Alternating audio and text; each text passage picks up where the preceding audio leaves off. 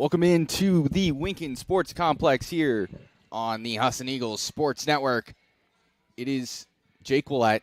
It is Caden Trenwith. We are here. It is win or go home, my friend. The Terriers and the Lynx, what do you got for us? This is going to be a very interesting matchup. These two teams have played really hard this weekend, and they find themselves in the loser's bracket, double elimination tournament.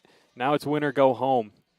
To say Lesley might have the advantage, this is their first game of the day. They played really late last night, a great game against Cobleskill where they put up north of 10 runs.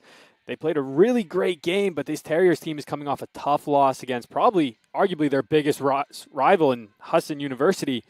So it's going to be very interesting if they can pull those emotions back to them and get focused on this game. But I'm very excited.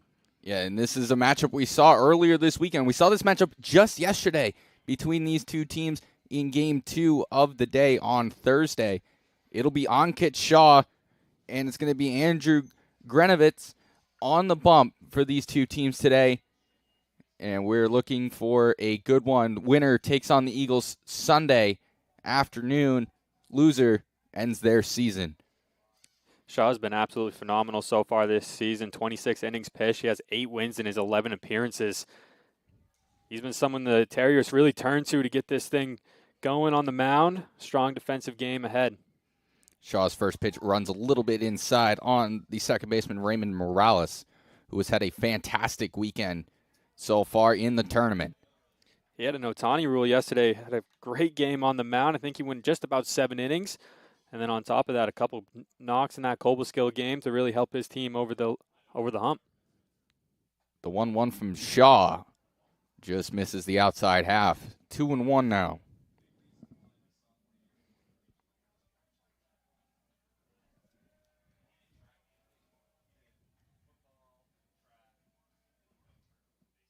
Pitch. In the dirt. 3-1.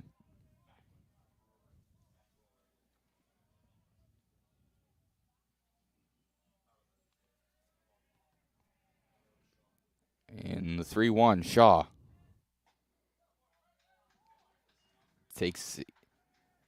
throws it inside, so Morales works the leadoff walk, and that'll bring up Christian McElroy. Yeah, Morales went 5 for 11 yesterday, has 5 stolen bases on the year, so this is a dangerous first runner aboard, especially with no outs. Could see a little bunt situation going on, but the man up right now, McElroy, had a tremendous day yesterday. 5 for 10. He's going to lay down a beauty of a bunt up the first base line. Shaw fields it, underhands it over, and that's the first out of the frame. Morales moves up 90 feet. It's a perfect sack bunt, goes right up the line, gets the pitcher off the mound. I mean, if you're going to be safe on it, it would be a bunt like that. Getting the pitcher moving off that mound. Moves the runner over for 1 out, and a dangerous hitter up now. And for the second day in a row, James Brandon will not take his first plate appearance as he is intentionally walked. We saw this in the first inning of Game 2 yesterday between these two teams. I was pretty shocked yesterday watching it. I mean, obviously these are two teams we don't see too often, so having them at Winkin playing each other, just seeing both these teams in live action, it was very interesting, honestly. We normally see the Husson Eagles, but I mean, seeing them walk in the first inning, especially intentionally, was something you just don't normally see. And then it never happened again throughout the game. But they like the situation here, try to force the double play. It's also very similar situations. We saw a runner on second yesterday when they walked Brandon in the first time these two teams met. And now the big power hitter, Colin McCarthy, is going to get an opportunity to put the Lynx up ahead here early. So he's sitting in a 1-1 count against the righty. McCarthy has a very intimidating batting stance. Yeah, the bat wiggle. He's going to drive that one to center. And there to make the play is Dipner. Morales tags up from second. He will move up 90 feet. So runners on the corners now with 2 outs for the shortstop, Justin Dennett. That's just doing your job there. I mean, obviously, you want to knock that runner in when he's in scoring position, but getting that out to the outfield, getting that runner over 90 feet away, you can't go wrong with that. I mean, it's going to go down as an out in the book, but hey, you move the runner, you're in position to take a lead early in this game. And we're going to see Justin Dennett for the first time this weekend. Ended the regular season at a 269 clip. And takes an off-speed pitch on the outside for strike number 1.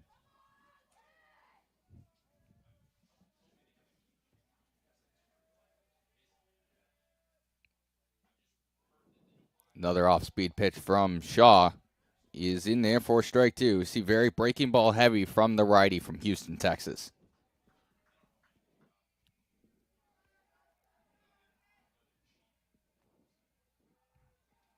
And the 0-2 from Shaw. Swung on and fouled on top of our heads here in the booth. So it remains 0-2.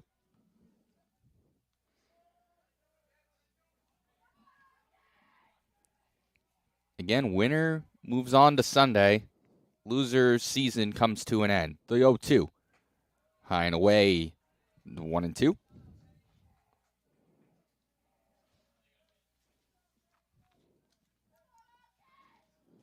Again, in the first contest of the day, the Eagles won 4-0. They punched their ticket to a 6th straight North Atlantic Conference Championship game. Count evens up at 2-2 to Justin Dennett.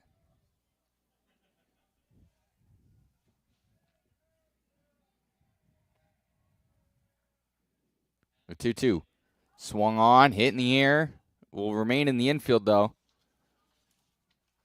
Underneath of it is Morton to make the play.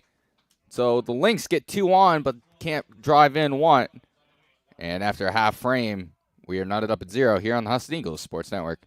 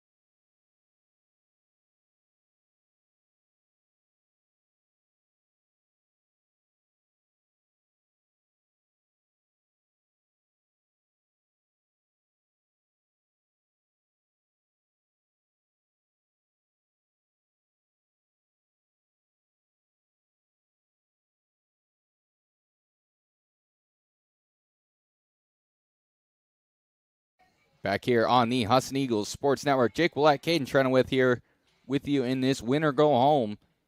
Game 5 of the North Atlantic Conference Tournament.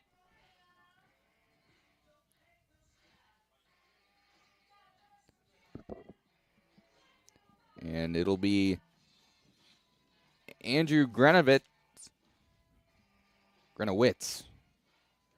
on the bump for the Lynx, wearing their black tops with the neon green lettering. Facing Hayden Dipner. And he takes ball 1 outside.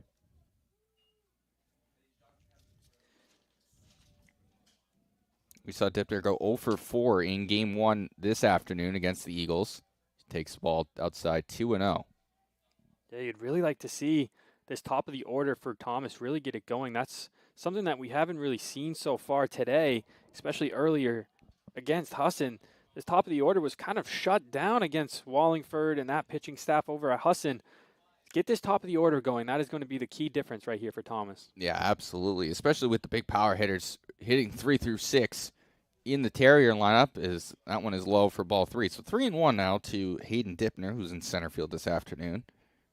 Then on the flip side, you have to look down at the bottom where Seymour has had a tremendous tournament so far in that 9-hole. As that one's called a strike, Dipner had the bat thrown to the dugout, thinking it was ball 4. That's one of those ones as a former hitter, you're just really trying to sell it. You're really trying to sell that Oh, walk. yeah. And in there for strike 3, a pair of shoes for Grenowitz. Here in out number 1. And then that's where, as the former pitcher, you battle back and you get the punch out. In steps Elijah Morton with the neon pink batting gloves. You can see those from a mile away. First pitch from Grenowitz is in for a strike. A little off-speed pitch. Morton went 1 for 4 in game 1. Got a single in the 8th. That one's popped a mile up in the air. Brandon underneath of it in foul territory makes the stab for out number 2.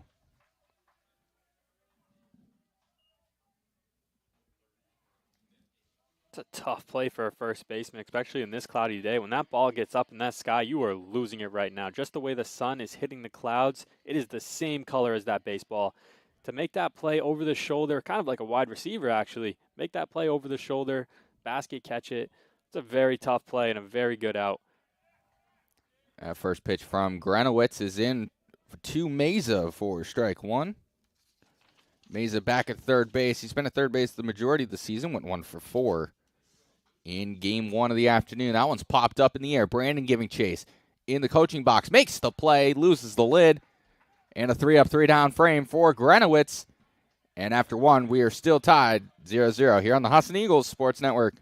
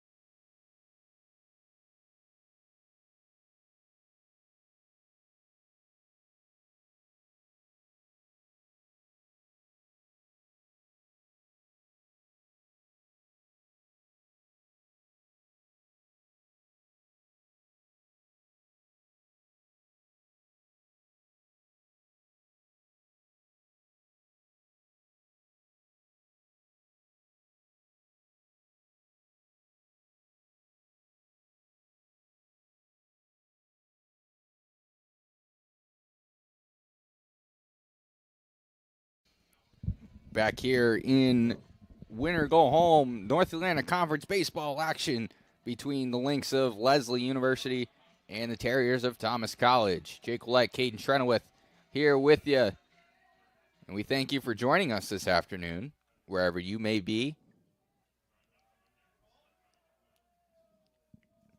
Shaw will get 6, 7, 8. First pitch runs inside to Owen Gallagher. You got to look out for this Gallagher kid, man. I mean, last year we had him on the radio broadcast. He can come alive at random points, and he will burn you. He has absolute wheels. That one just poked foul past Cagnina. Yeah, that weekend he was really the MVP for Lesley in the weekend. I mean, only a sophomore, but 36 stolen bases already, 13 of those coming from this year, batting .291. Gallagher takes a pitch up, 2-1.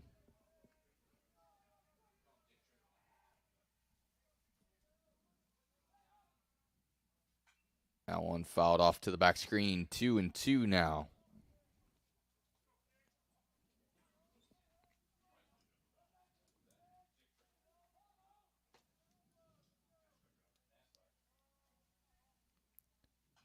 That one swung on, hit in the air, and it'll land in the seats.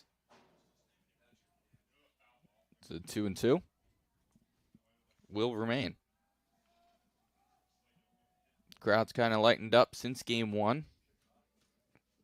But still a decent turnout here on an overcast Friday afternoon. 2-2. Swung on, hit in the air to left. And Haynes is there to make the play for out number 1.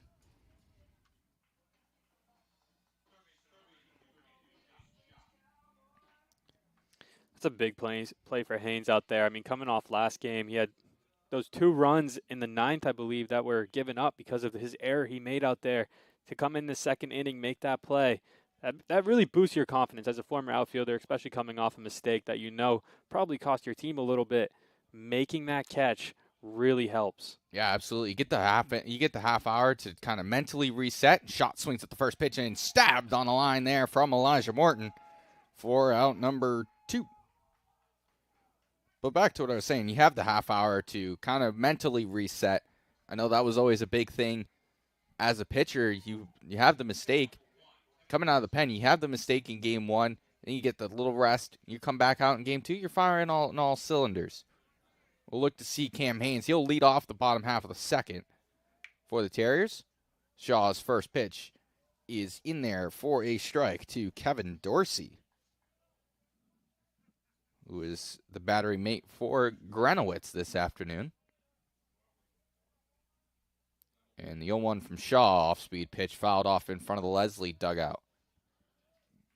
So 0-2.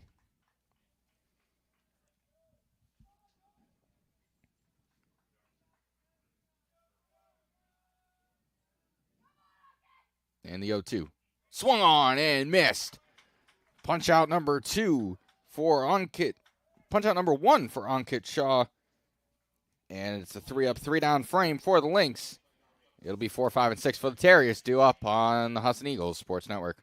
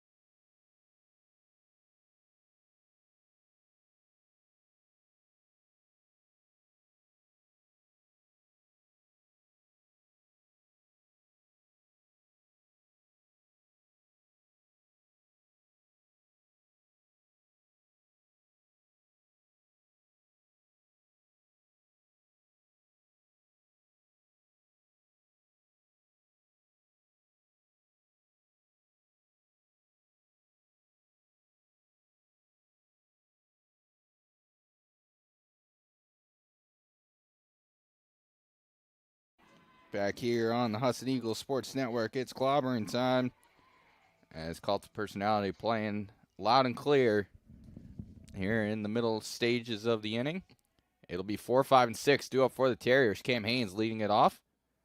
The righty takes a ball low and away from the righty, Andrew Grenowitz.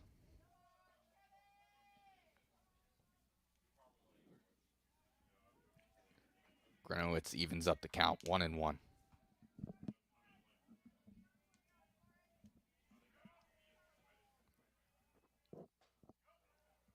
One rides above the letters, 2-1. Again, Jake Willett, Caden Trenowith here in a winner go home North Atlantic Conference baseball action.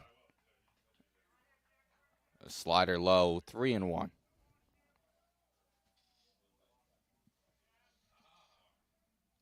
So far this weekend, we've really seen the Thomas College offense really come in splurges. They'll just pile it on in an inning, and just all of a sudden, they're up by 3. That's what happened in the first game against Lesley. I mean, you expect that coming. It didn't happen until the third, fourth inning, second time through the order, really, against this Lesley squad. Once they forced, I forgot who the starting pitcher was, but once they got him out of the game, got to the bullpen, they really started to force it. But coming off this, I mean, this is game 2. This isn't game 1. They're not as amped as they once were coming off that loss from Husson. So you have to imagine they just need something to get them going. Get a base hit, get an extra base hit, get the dugout back fired up. That is normally a very, very loud dugout down there. And right now you could hear a pin drop down there. Yeah, absolutely. Haynes grounded out to short. I mean, you were over there earlier. You were taking pictures over by the dugout over there, and at least from in here, you kind of hear the level of intensity kind of drop. Right. Drop and drop and drop and drop throughout the game. It's 2-1 to the first baseman, DJ Cagnina, who went 0 for 4 in game 1. Ball in the dirt, 3-1. But yeah, that's kind of the experience when you're kind of roaming around taking pictures. I did it yesterday for this game. And you could hear their dugout. They're very active in the dugout over there. Lesley's pretty active too, for only having a short amount of guys. Counts full now. And the payoff pitch to Cagnina. Swung on and missed. And the throwdown from Dorsey will complete the K for out number 2.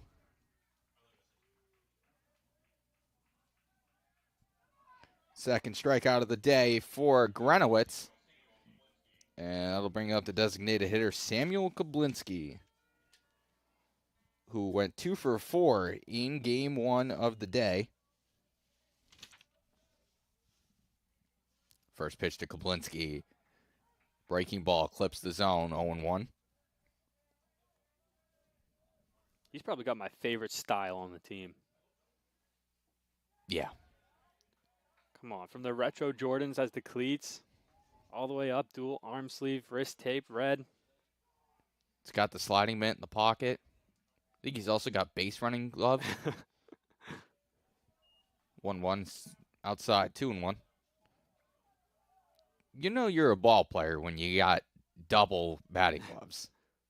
That one swung on over the head of the shortstop and into left field for a base hit. So Kablinski will switch out his gloves at first base with a single. First hit of the afternoon for the Terriers here in this one.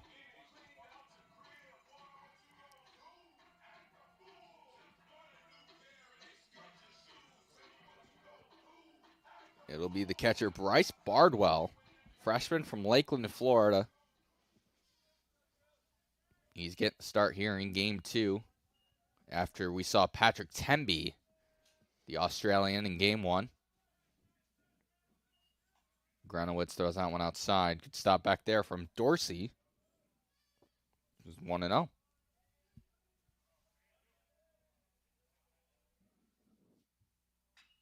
Ball ground to the third. Toss over to first, and in time. So Granowitz works around the 2-out hit. And after an inning and a half, it is knotted up at 0 here on the Husson Eagles Sports Network.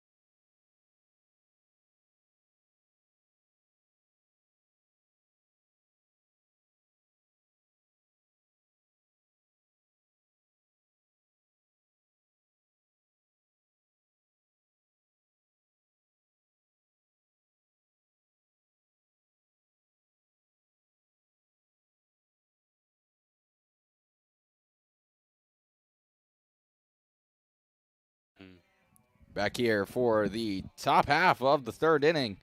Seeing a pitcher's duel here early between Shaw and Granowitz. Jake Willett, Caden Trenowith here with you. Got knotted up at zeros.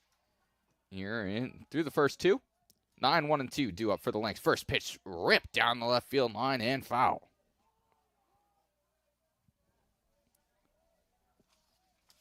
Quite the 9-hole hitter here for the Lynx. I mean, Colby Jacobs, a NAC All-Conference second team. Pitch runs inside. Seen a lot of conference award winners from last year. Pitch from Shaw popped a mile up in the air. And Morton underneath of it to make the play in foul territory for out number 1. So that'll bring up Raymond Morales.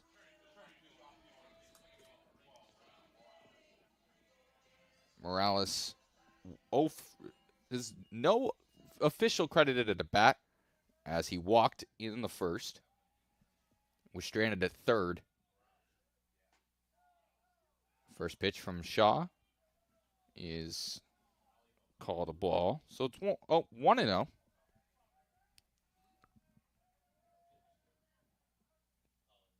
Pitch from Shaw. In on the corner for a strike. So 1-1. We've seen fastball, slider, changeup from Shaw this afternoon. Changeup has a lot of movement on it. Comes out looking like it's going to go outside, and then just drops back in on the hitter's hands if you're a righty. It's just a disgusting pitch. It's so hard to get on. I'm really curious how he holds it, because I know the kick change has been a big thing, and it kind of is moving like a kick change. That one's hit in the air to left. Haynes moving on over, makes the play for out number 2.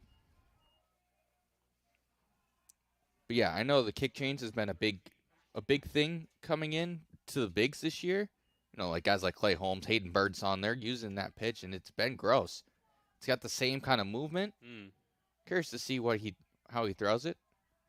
I know a lot of guys at the college level, they go with the split change.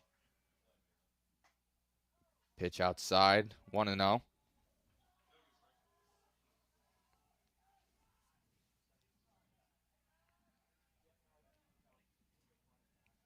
And the 1-1.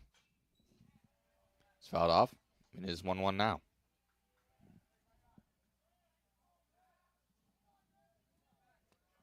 See some members of the Husson baseball team in front of us trying to take a peek at who they're going to play on Sunday. The 1-1. Hit in the air. Morton moving to his right underneath of it. Makes the play for out number 3. So a 3-up, 3-down frame from Ankit Shaw. And we head to the bottom of the third. Still knotted up at 0 here on the Husson Eagles Sports Network.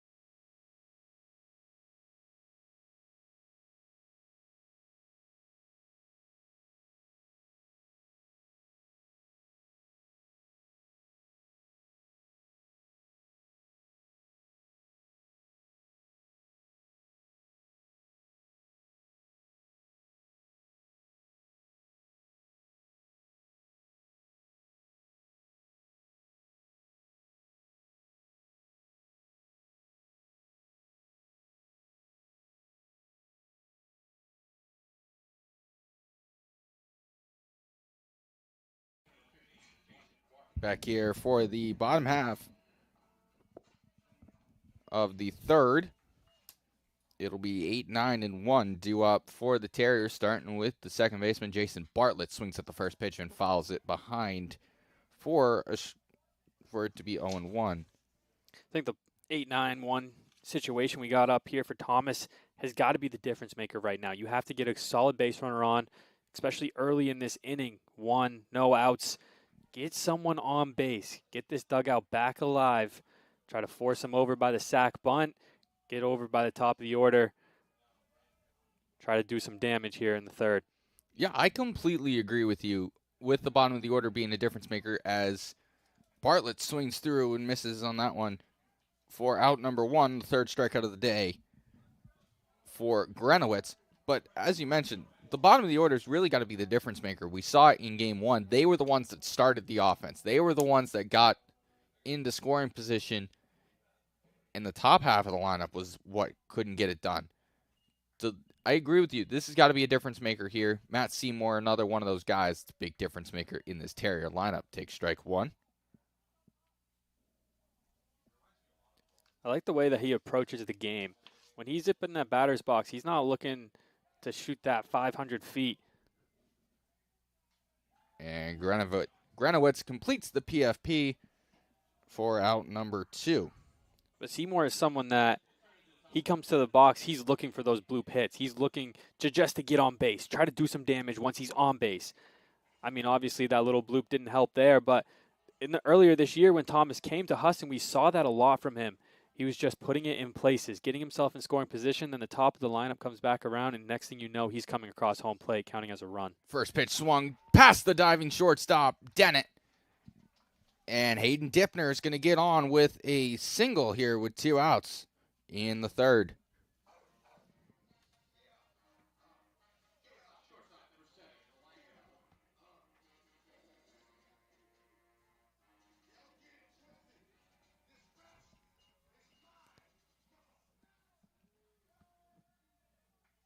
So with 2 outs, it'll be Elijah Morton. Takes the first pitch fastball outside from Grenowitz. 4 ball. Dipner has some speed over there at first. Had 14 stolen bases on the season in the regular season.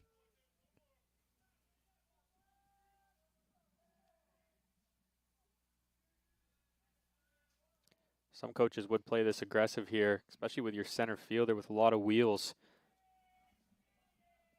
Try to steal second base, get him in scoring position, maybe have a little 2-out rally. And if he's thrown out, then you have the 2, 3, 4 coming up. Some coaches are willing to gamble, but in a win-or-go-home game, I don't see that happening. All right, you really got to play the matchups perfectly, because you make one mistake and your season's over. The 3-0 to Morton is in for a strike. So Grenowitz trying to work his way back. And the 3-1, same spot, same result, 3-2. Now he's definitely going. I lied. He is definitely going now. Insight with Caden. And the 3-2, runners on the move, ground ball to third. Past the dive and shot, and that one's a fair ball. Dipner moves to third. It'll be a 2-out double for Elijah Morton. Now you got 2 runners in scoring position for the number 3 hitter, the third baseman, Tony Meza.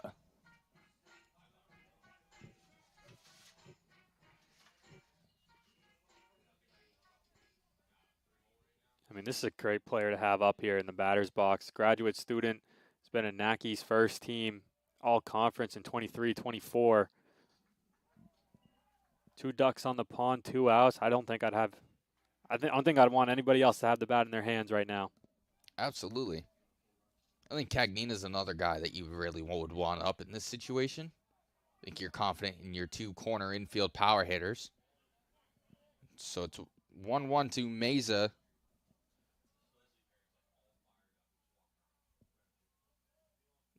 Swung on and line foul. So 1-2. The count to Meza. The open batting stance in the right-hander box. Grenowitz, pitch. Ground ball to third. Shot. Knocks it down. Throw over to first is in time. And a great stretch over there by James Brandon. And the Terriers leave 2 in scoring position. And after 3, we are still knotted up at 0 here on the Husson Eagles Sports Network.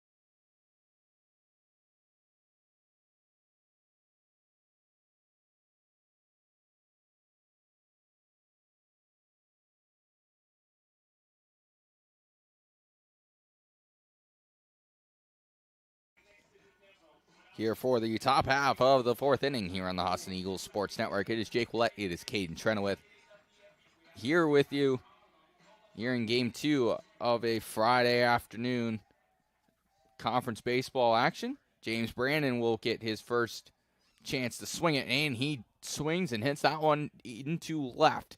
Haynes coming on in and will make the play with two hands for out number 1.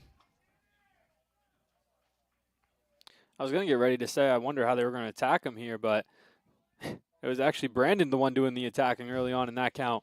Throw a fastball first pitch. Let's see what happens. Well, that's one of those instances as a hitter, you get a little bit greedy right there. I mean, you got the intentional walk. You haven't seen a pitch yet. Now you're in the top of the fourth. You see that first pitch, and it just looks so good no matter what. Brandon definitely wanted to punish there, but just a simple fly out to the left fielder. First pitch into McCarthy is in for a strike, so 0-1. And going back to Brandon, he walked 3 times yesterday over the 2 games. So he didn't really get many pitches to swing at. The pitch from Shaw is outside, 1-1. Another dangerous hitter here in the middle of this Lynx order in McCarthy. Had 2 doubles yesterday, went 3 for 8 with 6 RBIs. Big cut on in, miss. It's 1-2. One stat so far that's really sticking out for me from Shaw is, especially with this sinker changeup action that we think he has going on, 8 flyouts versus 1 ground out. Make that 2 ground outs over there. But you kind of expect that to be a little bit more, especially with all that downward action coming off what he's throwing. Yeah, big ground ball pitcher usually is what you want to see. I think also a majority of the pitches that he's thrown for fly balls have been the slider. So he kind of leaving it up belt high. But he's worked efficiently so far through 3 2/3. First pitch to Dennett is in for a strike.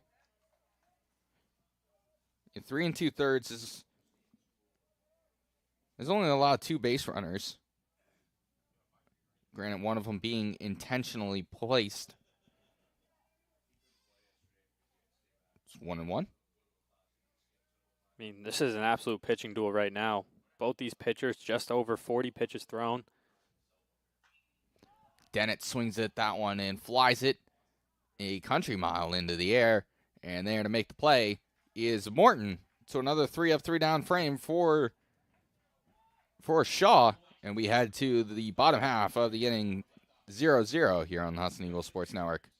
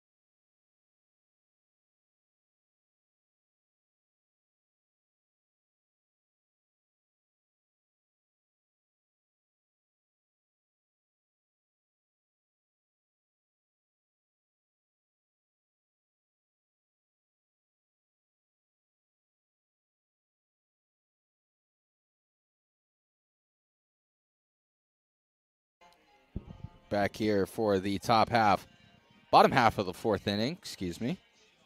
It'll be 6, 7, and 8. Excuse me, it's 4, 5, and 6. I was looking at the wrong side of my sheet. Yeah, sometimes I think I'm a professional. It's been a very long weekend. Very long weekend. Very long. First pitch in from Grenowitz is in for a strike to Haynes. 12 hours yesterday. What do we have, 5 hours so far today? I compared myself to John Kruk earlier. That one swung on, hit in the air to left. And there to make the play is McElroy for out number 1. But yeah, I compared myself to John Kruk earlier because John Kruk has a thing where he kind of forgets to put pitches down in his book. And I did that earlier. And in steps DJ Cagnina. Big power hitting first baseman from the left side. Pitch. He's in for a strike from Grenowitz. I stopped last year putting pitches down in the scorebook. I got confused because I'd miss a couple, and then it would throw me off. So I can't do it anymore. Can't do it. That one's low, 1-1. No, but like with my book, it has the actual pitches, so it feels like I got to do it. Okay. You got to fill up those boxes then. Exactly. Big swing and a miss from Cagnina, 1-2. I think if I had a sheet like yours, where it's just the plain boxes, I would just be putting whatever happens. The 1-2. Swung on and missed. And Dorsey will place the tag to confirm the K for out number 2. Strikeout number 4 on the day for Grenowitz. In steps Samuel Kablinski.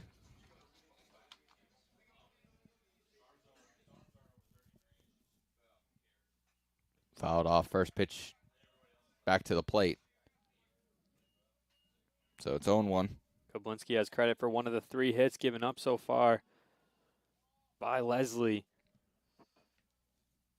I mean, he's a very dangerous 6-hole hitter. I mean, he's kind of over, very much in the shadow of most of these guys from 1 through 5 that have really had great seasons, but I mean, Kablinski's hitting about 400 this year. Very dangerous. Half-hearted swing goes around. It's 1-2.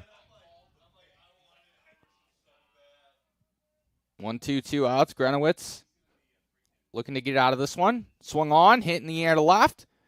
And on a slide is McElroy, and it'll get down for a base hit.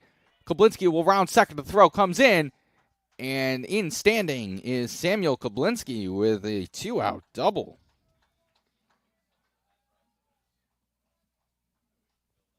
Single and a double so far from Kablinski. The only problem with that is both those hits came with 2 outs. He's putting himself and his team in a good position. The only problem is his team doesn't have any outs to work with to get him over. Yeah, you're gonna have to get this bottom of the order like we mentioned at the top.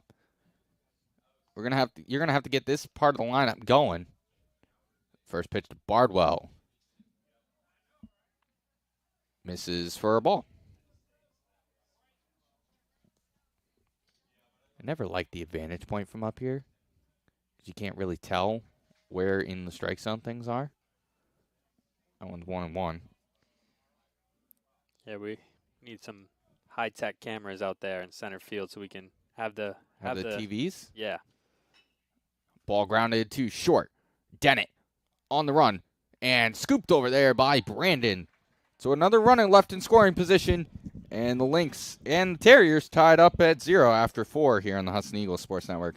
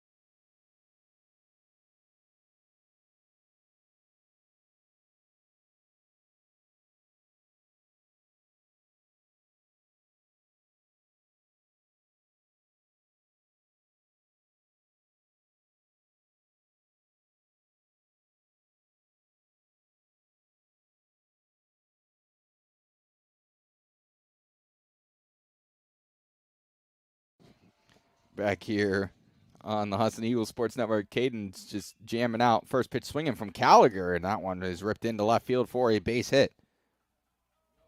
That was very important. Ultra aggressive there from Gallagher, getting on base, no outs, breaks up the no-hitter from Shaw. Get your first base runner off a hit. That Lesley dugout's all up right now. They weren't really all over there on the railing after that hit. They're all over there looking what Gallagher can do. Watch out, he's got wheels. Beautiful bunt down the first baseline. Wow. It's going to be a chance to beat it out. And Shaw shovels it over in time for out number one. What a bunt. Hey, this Lesley team can absolutely bunt. We saw in the both games yesterday, they put down some absolute perfect drag bunts down the third baseline, beat it out, got some base runners. But that one was absolutely perfect, especially in a sack situation. You almost beat it out. They know that bunt's coming. Thomas was in their bunt defense, and they still almost didn't get him. Ground ball to short. Morton looks the runner back, throws on to first. Good defensive baseball there from Elijah Morton. And now there's 2 outs. So all of a sudden, this inning's kind of getting away from the Lynx. I've only seen 3 pitches so far. That is true. Hey, I may not be keeping him in the scorebook, but I know the pitch is up here. Well, then as soon as it gets past 10 fingers, then you're... Well, yeah. Then you lose it. I don't know how to count past 10. So that's a problem. That's why we're journalists, not mathematicians. That one is in for a strike. I write the numbers, not math them. I know. 0-1. See, people compare us to like Tom McCarthy and John Kruk and Don Orsillo and Jerry Remy, and I see what they're thinking about. That one's lipped on a line, stabbed by Meza, but it will be first and third now with 2 outs. That ball was hit trillion miles. Meza did not come up with the play, but that was an absolute run-saving attempt right there. Getting that ball just to hit the glove, keeping it in the infield. Gallagher's got wheels. He was coming home. That probably would have put Jacobs over there on second as well. Yeah. That was hit hard enough to where it probably could have gone all the way to the wall. We are back to the top of the Lynx order with Raymond Morales. He takes the first pitch high for ball 1. Decent lead over there at first for Colby Jacobs. Pitch in for a strike, 1-1. One thing about this pitching matchup, especially these teams that we've seen so far this weekend, is they have a lot of belief in their starting pitchers. They let their starting pitchers work through it. Especially even if you let up a hit here, you would probably still expect, don't see a pick off to third that often. I know, I was just about to say. Mesa, I think, was shocked over there too. He didn't really react until the ball was in the air. It's like, oh, I got to cover. Doesn't get put in that position often. The 1-1 is in for a strike. It's a nice breaking ball. Beautiful piece of soft salad. Like you mentioned, the starters kind of get the long leash. We saw Jared Willett in game 1 go 128 pitches. That one swung on. That's going to be trouble. Haynes racing towards the line. That ball is going to drop in. Foul. That was very close. Definitely a close call. From our angle, we only saw the turf beads come up, so it looked like it was a little bit fair. Looked like it hit chalk. I mean, obviously, the Lesley fans who are on that sideline right now definitely disagree with the call, but obviously umpires get paid for good reason. They have a way better view on it down there on the field. The 1-2. In there for strike 3. Morales doesn't like the call, but Shaw picks up a strikeout to end the top half of the 5th. And after 4.5, it is still knotted up at 0 here on the Husson Eagles Sports Network.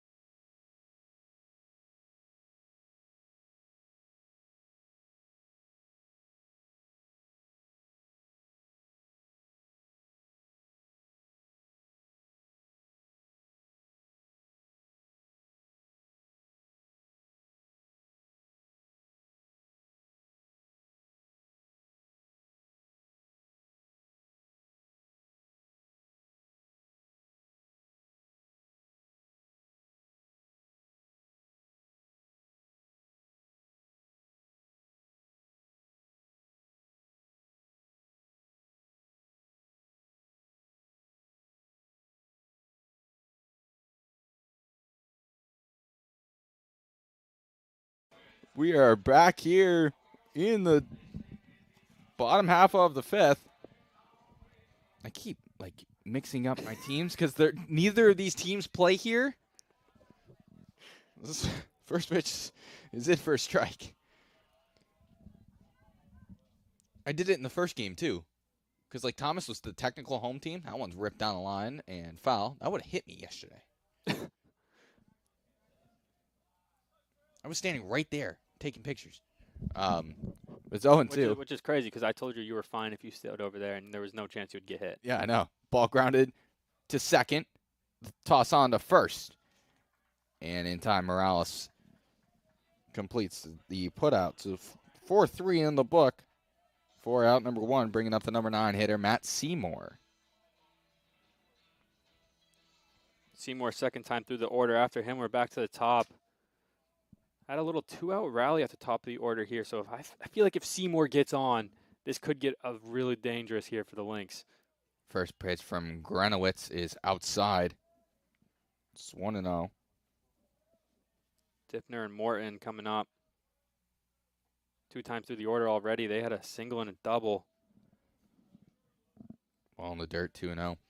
But 3 straight guys here, Seymour, Dippner, and Morton, all with some very good wheels. That pitch is in for a strike, 2-1. Right fielder, center fielder, shortstop. Those are normally some pretty speedy positions. Ball grounded to the third. Shot on to first. And in time beats Seymour by a step. And that goes for out number 2.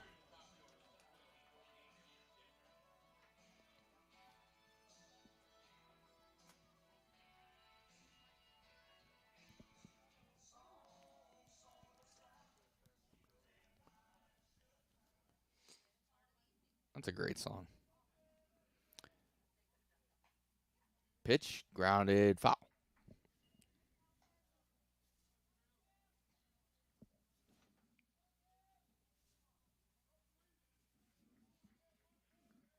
I truly don't think anybody up here in the booth would have expected this game to be a pitching duel. Yeah. I think I would have expected Thomas to come alive a little bit after that Husson game where they got shut out. Mm-hmm. But that one runs in on the hands. Clips the elbow.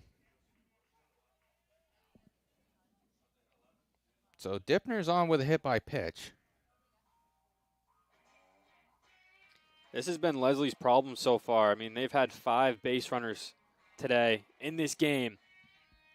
All of them have gotten on base with 2 outs. 3 of those runners have been left stranded in scoring position. First pitch to Morton. Bends back in. 1-0.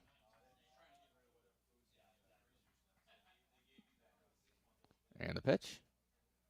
Runs inside 2-0. Maybe it's a 2-out thing. Maybe they want to try and hit with 2 outs. I wouldn't suggest it, but I pitched. I didn't hit. I was low in the dirt, 3-0. I don't know. You were the hitter. I was a bad hitter. Is that why you played hockey? That's why I loved hockey. The 3-0. It's in for a strike. It's 3-1. I was good on getting on base in weird ways, though, and then stealing second. That's all I could do.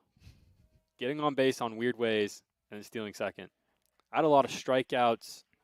Strikeouts to first on drop third strikes. So you were big, you knew the pitch was going to get behind the catcher. I had You just wheels. flailed at it. I had wheels, man. So we have a meeting at the mound after back-to-back base runners reach here with 2 outs. One by hit by pitch, one by a walk. Doesn't seem to be any action down in the Lesley bullpen, so maybe this is just trying to get the confidence back of Grenowitz. Has some commotion in the ocean over in the right field bullpen with the Terriers. Got something stirring over there. Oh, no, it's motion in the ocean, not commotion in the ocean. Thomas always has something going on in there. They're like Husson in that sense. both of those teams always have something going on in the bullpen. Whether it's throwing a football, using, I don't even know what it's called, Jake. What do you call it? The big long stick that Trevor Bauer made popular. I don't even know what it's called. Just I wasn't flailing good that enough. around. I wasn't good enough to use it. You went from playing D3 to calling D3. I went from playing high school, leading the conference in saves, to not playing. So get a ground ball to third. Shot will just take it the easy way to third. And we are through 5, and we're still knotted up at 0. Pitchers duel underway here at the Winkin. In winner go home playoff action, 0-0 after 5. Tom's coming to bat. Lesley coming to bat. What am I saying? We're on the Husson Eagles Sports Network. We'll see you in a minute.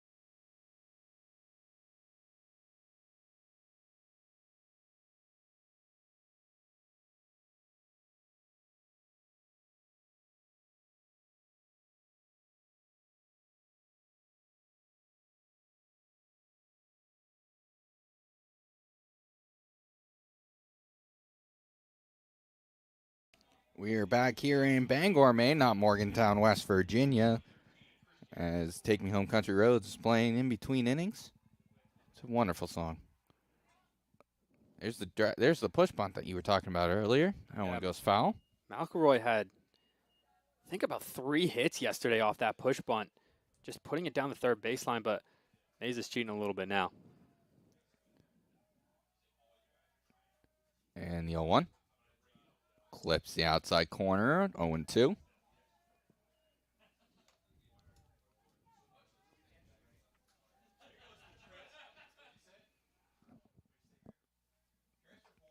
That one's outside. It's 2-1.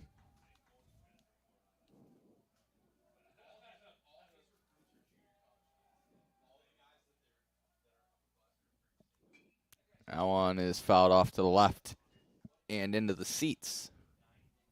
Shaw has absolutely done his job today. 5 innings pitched from the start. Just hasn't gotten any run support. He's only given up 2 hits so far, 4 on base. And that one's laced into the gap. That'll get down. Runner moves into second as McElroy is in with a stand-up double here to open up the top half of the 6th. All right. I apologize. You good over there? I apologize. That's called an announcer's jinx. That was pretty bad. For those that one was pretty bad. For those of you at home, Caden said that, and then Next pitch was hit over the shortstop's head, and then Caden just slammed his pen down. We'll have a meeting at the mound here, and we will be back here on the Husson Eagles Sports Network after the pitching mound visit. Runner on second, 0-0, top 6.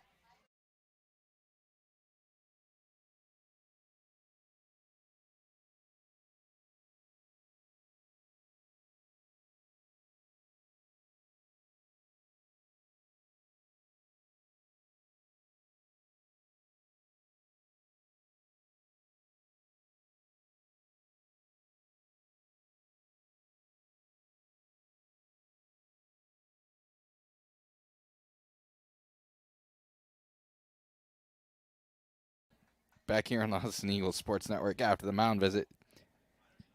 Christian McElroy ripped an opposite field double. He is at second base here. James Brandon looking to open the scoring.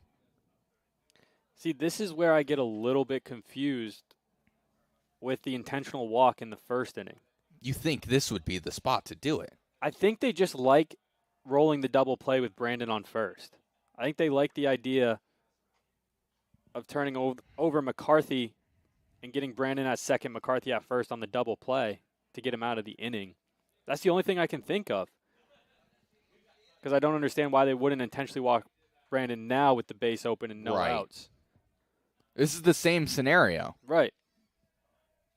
But I'm sure they have their book. Obviously, we don't know the story behind what happened earlier when they played, but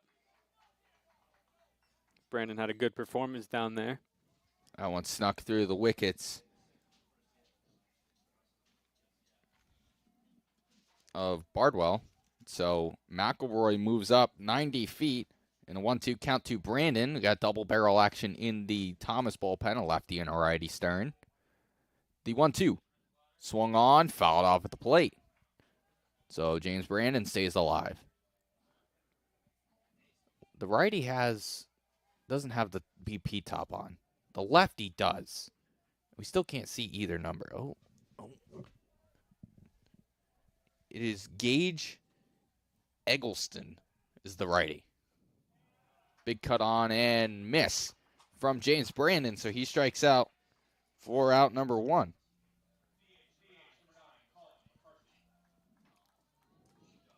Third strikeout of the day for Ankit Shaw. Colin McCarthy steps in. Just got to get this ball to the outfield. That's all you got to do. Got to get this run in, especially in a pitching duel like this. Both the starting pitchers have started to come back down to earth a little bit. After such an impressive first 5 innings, we finally see them starting to crack. Just have to get this ball to the outfield. Just a little bloop. Just get it on a rope out there. Yeah, the infield's playing halfway. The 1-0 is high, 2-0. McElroy's got wheels, even if it's hit to a straight-up position out there in the outfield. I feel like you got to expect him to go in a win-or-go-home game here. Yeah, especially we're heading into the back half of the game. So you kind of got to take your chances. Since it's getting into the territory of one run might win it. As Bardwell will come out to talk to Shaw. And it's a 3-0 count to the designated hitter, Colin McCarthy.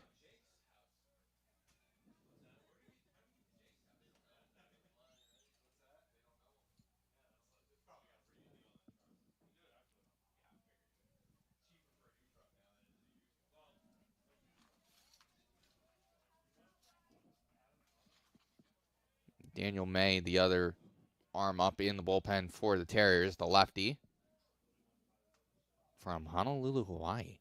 The 3-0 is outside ball 4. McCarthy takes a 4-pitch walk. So runners at first and third for the shortstop, Justin Dennett.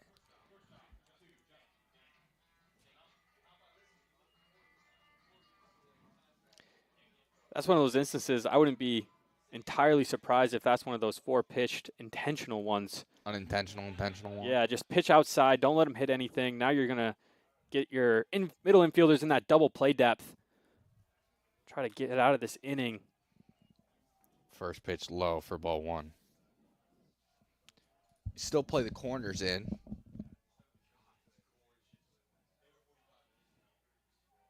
Cagnina holding on the runner at first. Curveball. Doesn't find the zone. 2-0.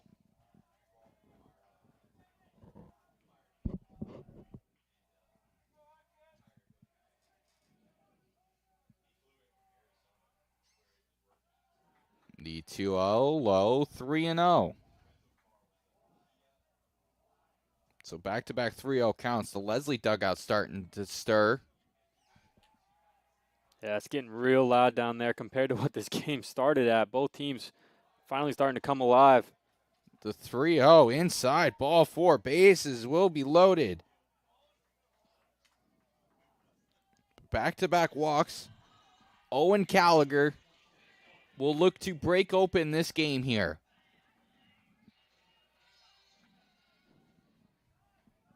The righty, 1 for 2 on the day, singled, and we will have a mound visit. Going to the righty. We assume it is Gage Eggleston. We'll get you the name on the other side. Bases loaded with 1 out. Gallagher to the dish.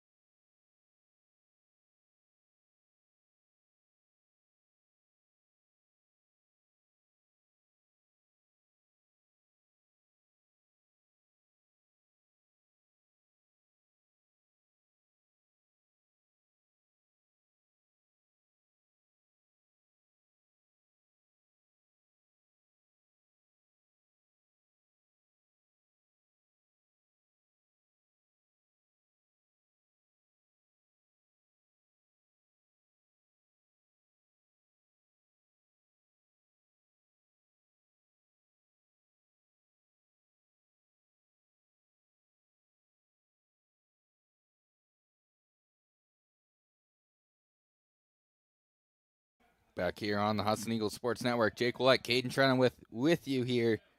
Owen Gallagher, bases loaded. Gage Eggleston comes onto the mound in relief, trying to get out of a bases loaded jam. All 3 runners, the responsibility of Ankit Shaw. The first pitch, outside and in the dirt. 1-0. I mean, an unreal performance from Shaw. 5 1/3, 3 hits allowed, 3 strikeouts, 23 batters faced, but the walks is what killed him. Those last 2 especially, only four walks on the day. And we have a ball from the bullpen that has made its way all the way down. That is actually the second time we've seen that. This weekend. This weekend. You don't normally see it, but that is the second time this weekend. And they have someone over there backing everything up. It happens. The 1-0 is in for a strike, so it's 1-1. Felt very Masters-y when I said that. Again, double barrel action. Another righty pops up. The 1-1. Swung on, hit in the air to left. This should get one in. Haynes on the run, makes the play. Throw to the plate. Is up the line, and the Lynx take a 1-0 lead. We said it earlier, McElroy can absolutely fly anything in the outfield, even straight up. Would get him home. I didn't think he was going to go once that ball was more of a blooper in. Haynes is really upset with himself, but there's nothing better you can do on there. McElroy had a great jump off the tag. I mean, now the Lesley Lynx are up 1-0 here. So the double to lead off the inning comes around to score, and the Lynx lead 1-0. The pitch from Eggleston is fouled off to the back screen. Caden Schott looking to extend the lead here.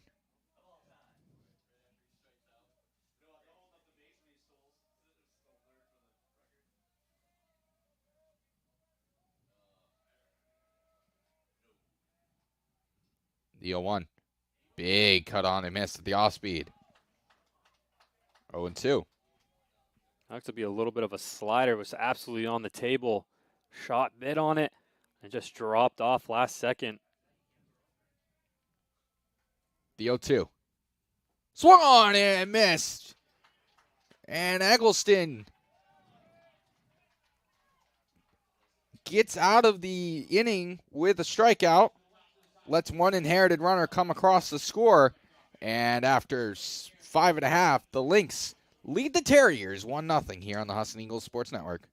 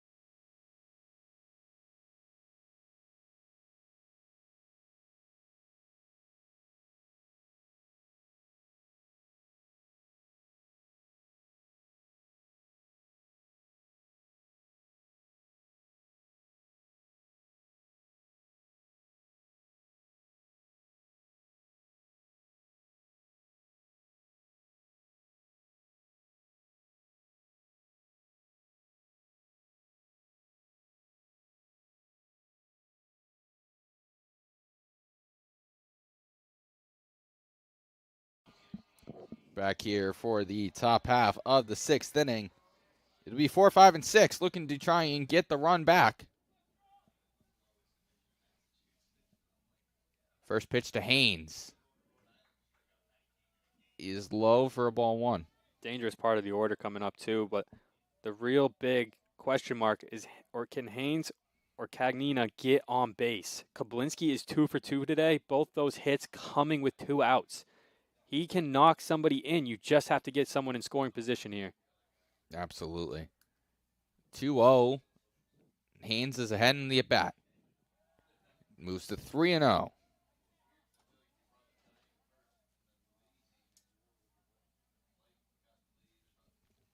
We're here in the bottom of the 6th. The 3-0 finds the zone.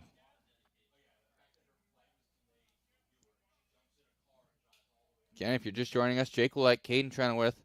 The winner plays the Eagles in the championship game on Sunday. Count moves full, 3-2. First pitch of that game will be 11 o'clock. Also important to note, the winner of this game will have to win 2 to be claimed the North Atlantic Conference champions. Double elimination tournament. Eagles are undefeated so far. That one's fouled up the line. So it still stays 3-2. Again, you can find that in the potential second game right here on the Husson Eagles Sports Network. That one is high and in for ball 4. So as Caden mentioned, runner gets on. Now it's up to Cagnina to also get on base here. Interesting play by Lesley right now. They are not in a bunt defense. I would almost expect a bunt here. Yeah. Get Kablinski a runner in scoring position. Kablinski's had an unreal series. Here's the bunt. And that one goes foul. We'll see if Schott changes positioning here. Way in now. See, that's one of those missed opportunities. You want to get that first one down. Yep. You would have had Schott completely off guard, and then you might have had a runner in scoring position and then someone on first. Bunt attempt again. Right back to the pitcher. Schott is going to fire over to first. So a runner does move up into scoring position. So that goes 5-3 in the book. Samuel Kablinski, as Caden mentioned, 2 for 2. Single and a double. Wouldn't be surprised if we see a mound visit here. Lynx did have definitely bringing up a foul ball. Ooh. They're going to intentionally walk. Walk. It's not a bad play.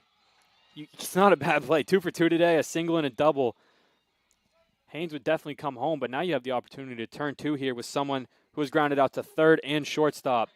So it's a good play in my opinion. You have to do that, especially with the especially with the base open. Kablinski has definitely burned the Lynx so far this weekend. He had a great game. Game 2. First pitch to Bardwell is in for a strike. As the saying goes, you got to let someone else beat you. That one is hit foul. It's 0-2 now to Bardwell with one out here, runner on first and second. 2 walks in the frame, one intentionally, one unintentionally. The pitch swung on, fouled off to the right and out of play. Bardwell also seeing his first action of the weekend. I think he's normally the game 2 and doubleheader catcher. Obviously, Thomas won yesterday, so they didn't have to play that game 2. So the game 2 coming in action today. Bardwell gets in. He's been sitting all weekend. And a swing and a miss. So Bardwell strikes out with 2 runners on, and now there will be 2 outs for Jason Bartlett.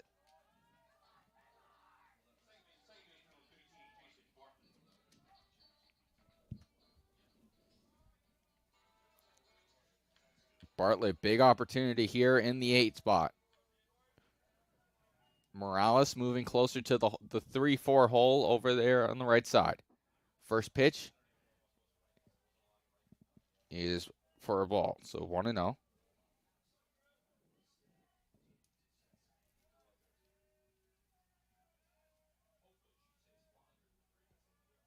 The pitch in the dirt, 2-0.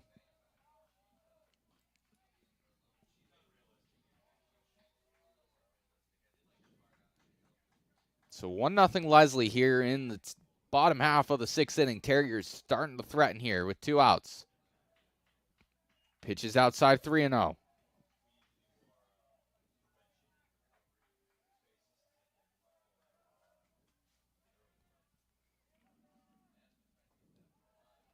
And that one is low for ball 4. So our 4-pitch walk. Bases will be loaded for the number 9 man, Matt Seymour.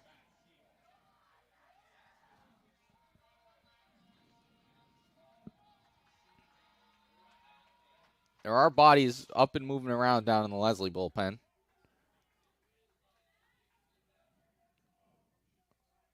I wouldn't expect him to go pitching change here with the bottom of the order, but if it turns over to Dipner, you might see that mound visit. You might see a long extended one too, just to get more arms loose down there.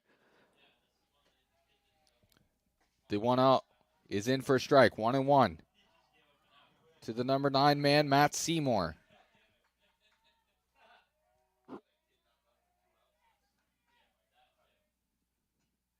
Check swing, foul. 1-2.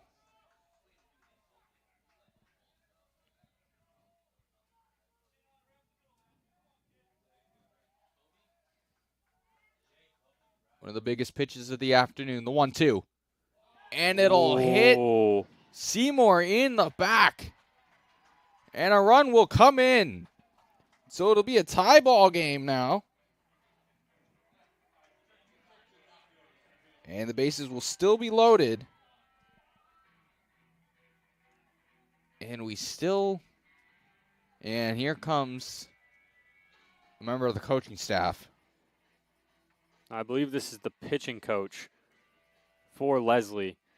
So this is just more of a calm him down.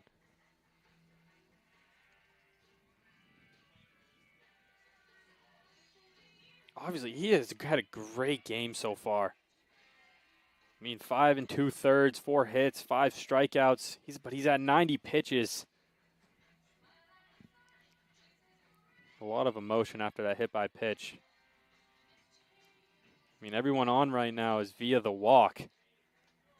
The run that came in was via the walk, so it's just been losing a little bit of control here in his 6th inning of work.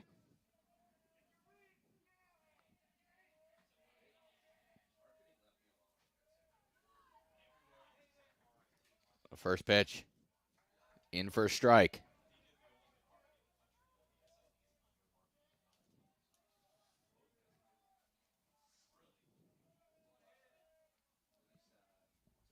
Swung on and missed.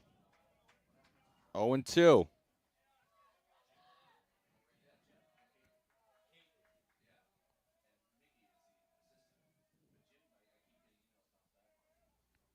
0-2 in the dirt, 1-2.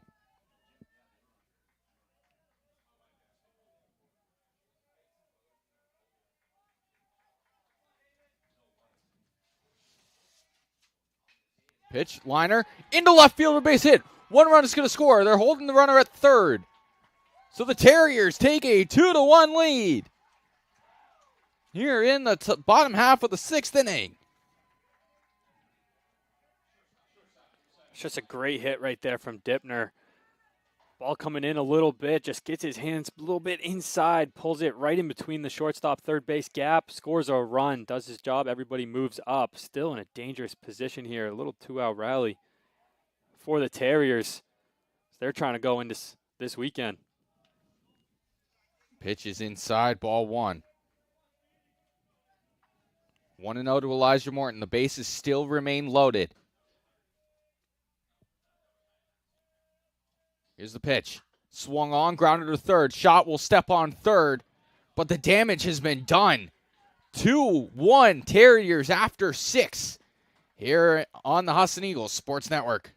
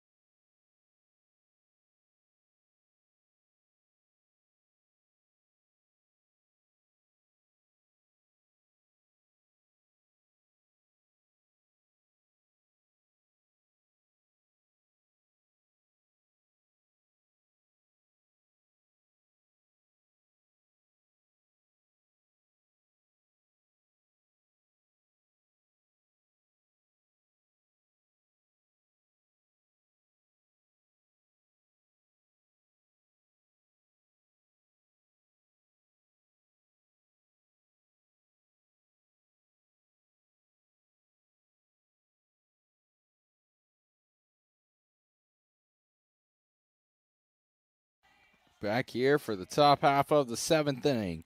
The lefty Daniel May will take over on the mound. Daniel May, 11 appearances on the year, 12 innings pitched, so he normally only comes in as kind of a setup guy for the rest of the bullpen. First pitch to Dorsey is in for a strike. Opponents are batting .321 against him, so expect Lesley to be a little bit aggressive here, especially when they roll over to the top of the order. It'll be 8-9-1, so we will see the top half of that order. The 1-1. Swung on, grounded short. Scooped up by Morton. The toss on the first is in time.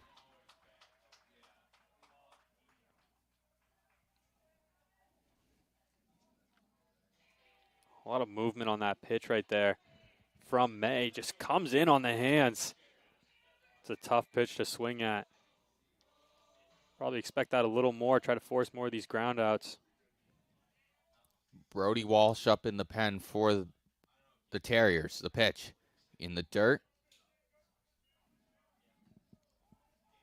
It's 1-0 to the number 9 hitter. 1 for 2 on the day with a single.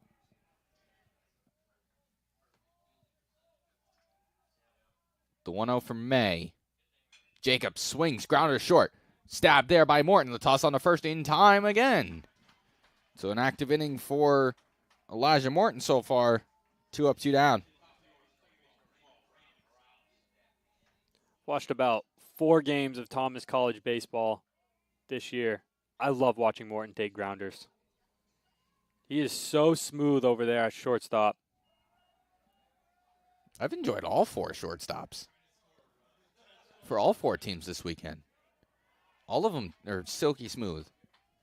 First pitch in for a strike.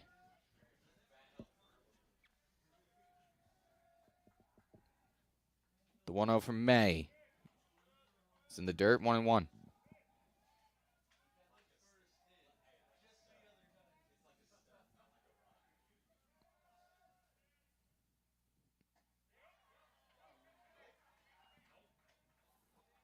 How good are you at identifying pitches? Because I can't tell what that is. Can't tell if it's a slider, more of a slurve curveball. It's more of a curve. Slider's going to dive deep. It also helps that I was a pitcher and I was in the bullpen and I caught a lot of the. I've been around the game pitching wise a lot, so it's easier for me to kind of tell. 3-1. Ground ball to short, stumbled and underneath of Morton. So Morales will reach with a single.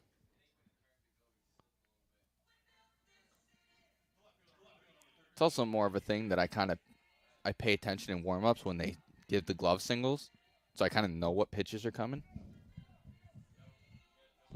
And then it eliminates whatever.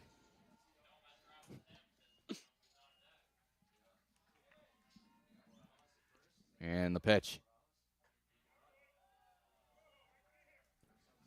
Outside for a ball, 1-0. Meza is cheating the bunt a little bit compared to what he normally plays. McElroy has burned it. A couple of these North Atlantic Conference third basemen on that drag bunt down the line. McElroy takes the ball low, so it's 2-0. James Brandon on deck, looking to get up to the plate in the inning continuing. May the lefty sets at the belt, and the pitch at the bottom of the zone for a strike, so it's 2-1.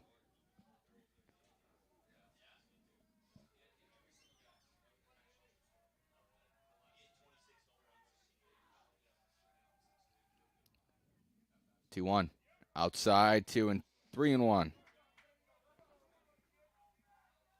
Big opportunity for the Lynx to try and tie this one up with 2 outs.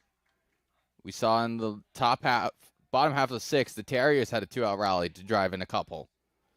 The 3-1. Swung on, fouled at the plate. 3-2. Runner will be on the move.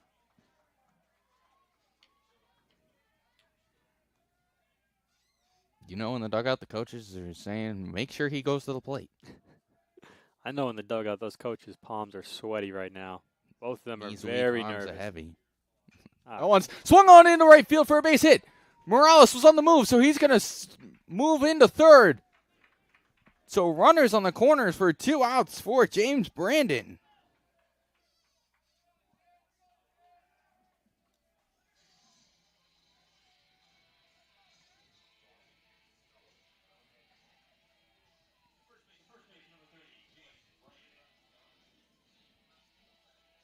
So runners on first and third for James Brandon. We will have a meeting at the mound.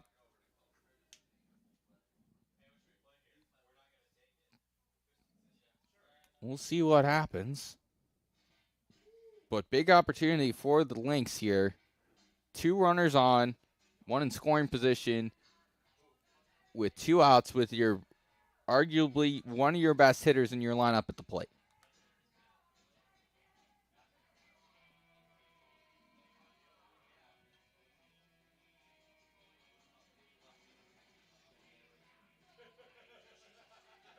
This is an interesting play here.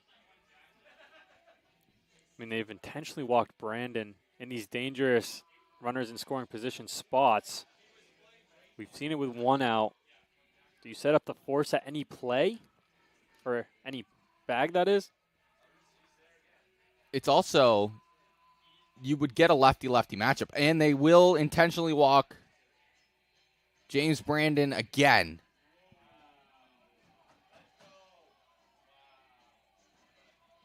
So they will go the lefty-lefty matchup route. McCarthy versus May. McCarthy 0 for 2 today. Did have a walk earlier. That was a great AB from him. Couple contestant pitches that he let go, forcing the walk. First pitch runs inside. 1-0. If you're May on the mound, you got to be shivering. No, he's got the scuba suit on. He's fine. You're built for moments like this. The 1-0. Comes back for a strike. So it's 1-1. I was thinking more of a bases loaded scenario with four hitter not being cold, but I understand where you're coming from. The 1-1 from May. In on the corner, 1-2. It has all been that breaking ball so far. He hasn't seen one fastball. It's all been an inside breaking ball.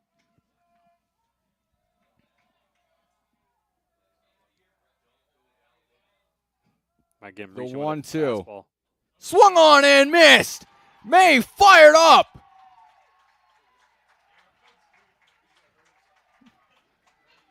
So Daniel May gets a strikeout with the bases loaded. And after 6.5, it is still 2-1 Terriers on the Husson Eagles Sports Network.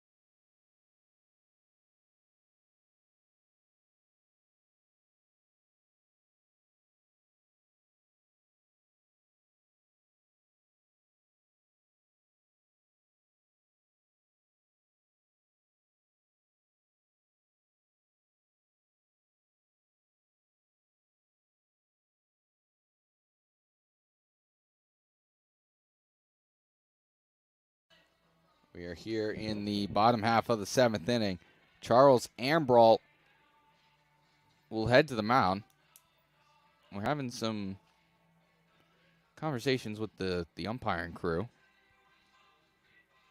Ambrault's still getting a couple extra warm-up pitches, it looks like. Yeah, not too sure what's going on there, but Ambrault, I think he pitched in both games yesterday, so he's been the go-to reliever out of the pen so far. Yeah, I pitched in 2 games yesterday. First game, he threw a third of an inning. In game 2, he threw 2 innings.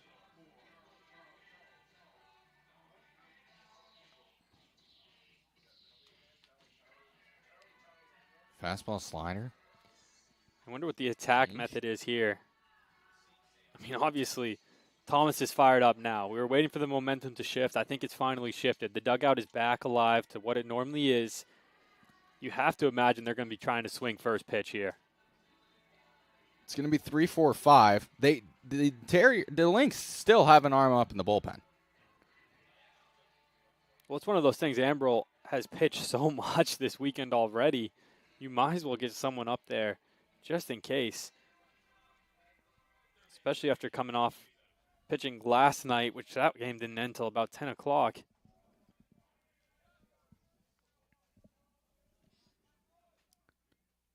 So Meza, Haynes, and Cagnina. First pitch to Meza is in for a strike.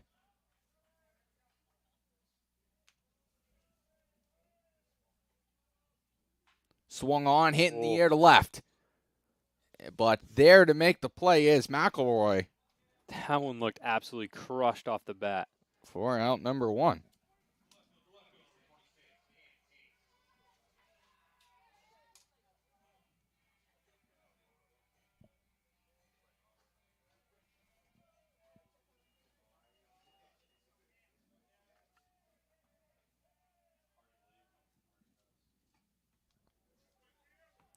First pitch from Ambrault is a ball 1-0. Haynes 0 for 2 and walked and scored in his last trip to the plate. So it's 2-0 now.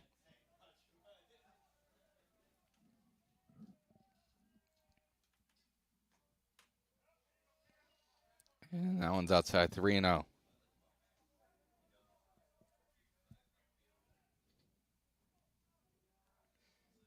Story of this game so far is the runners left on base. Lesley at 9, Thomas just about 8 or 9 as well.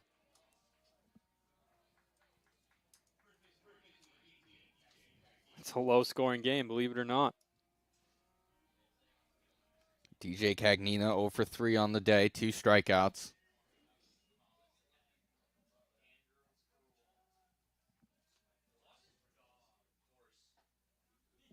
Cagnina takes a strike on the inside half, 0-1.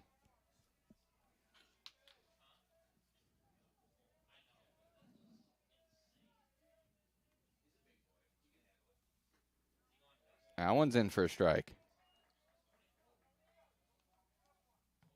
Surprised with how far back Shots playing here with someone who laid down a sac bunt in this situation last inning. The 0-2. Swung on. Foul. You never know with turf these days. It might come back. Saw a video of that the other day. That's what kind of triggered that thought.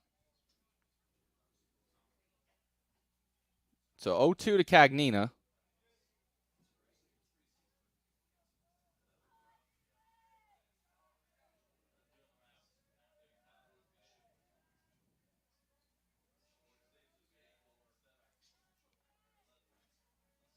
And the 0-2.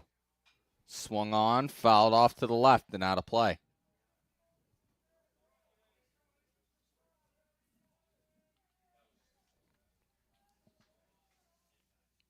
More action in the Terrier bullpen. And that one's going to run in and hit Cagnina. So runners on first and second with 1 out for Samuel Kablinski.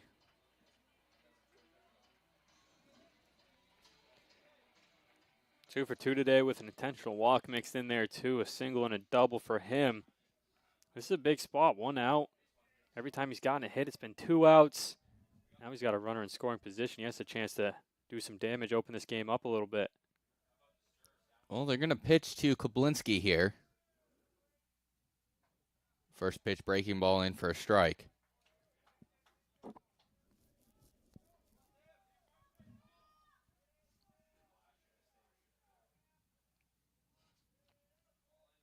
The 0-1. Swung on and missed. Big swing and a miss there from Kablinski. So it's 0-2.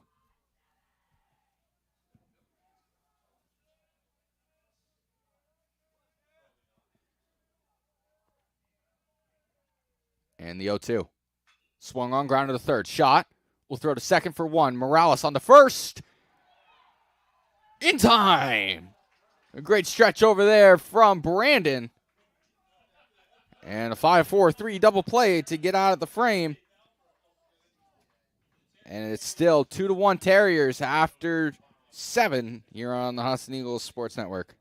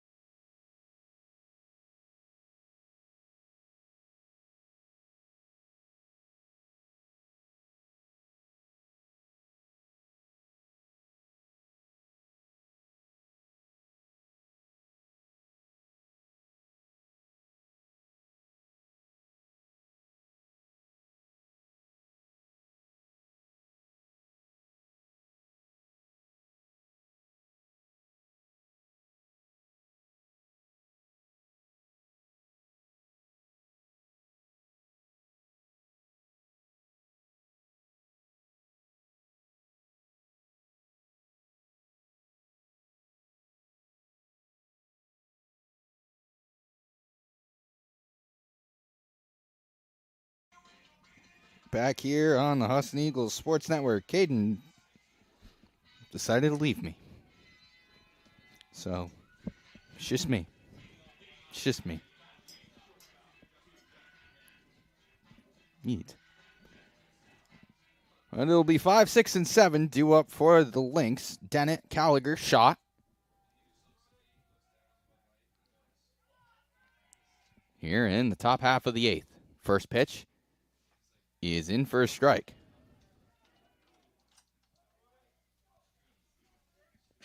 0-1 to Dennett.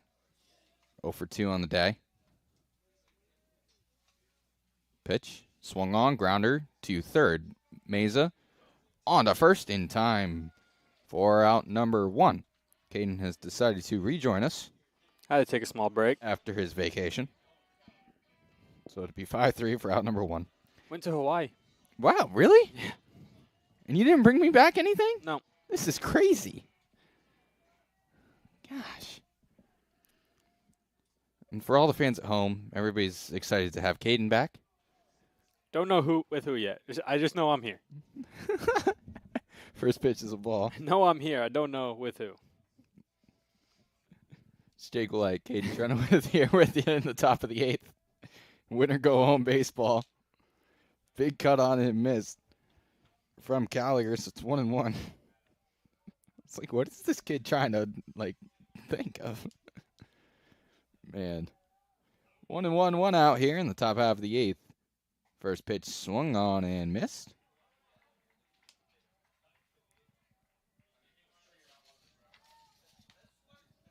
Brody Walsh takes over to start this frame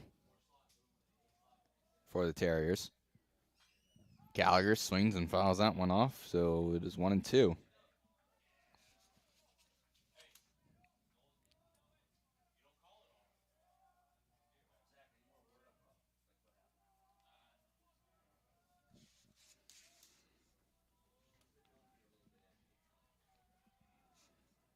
And the 1-2. Swung on and missed. Walsh lets out a K scream there. So 2 outs here in the top half of the 8th. Bringing up Caden Schott. A lot of zeros on the scorecard so far, but a lot of great pitching we've seen. Now we're going to have 37 runs in the next 2 innings. Good. That gives you more chance of calling some action here. Open up the resume. No, that was outside. 1-0. You said that, and then the laughs next door. It's like, the 1-0. Never know what they're talking about over there. Never know. Big swing and a miss from Schott, so it's 1-1.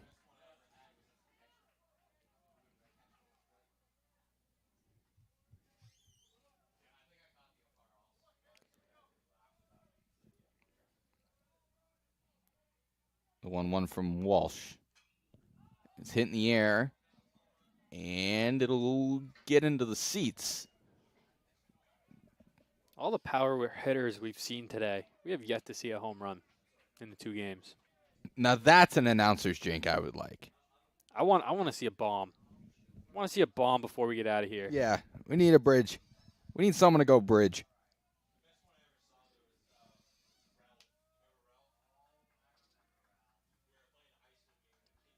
The 1-2. Swung on.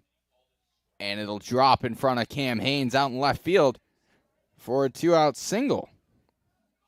So the tying run is on first for Kevin Dorsey.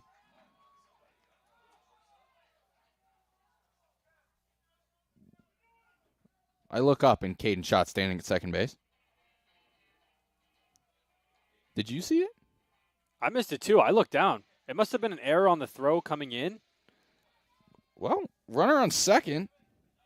But I completely missed it. I was looking down, writing down the 1B in my scorebook. So single and an error. We'll see what they score here. Dorsey swings at the first pitch and fouls it towards the dugout, and it'll hit off the top of the dugout and go out of play. So 0-1.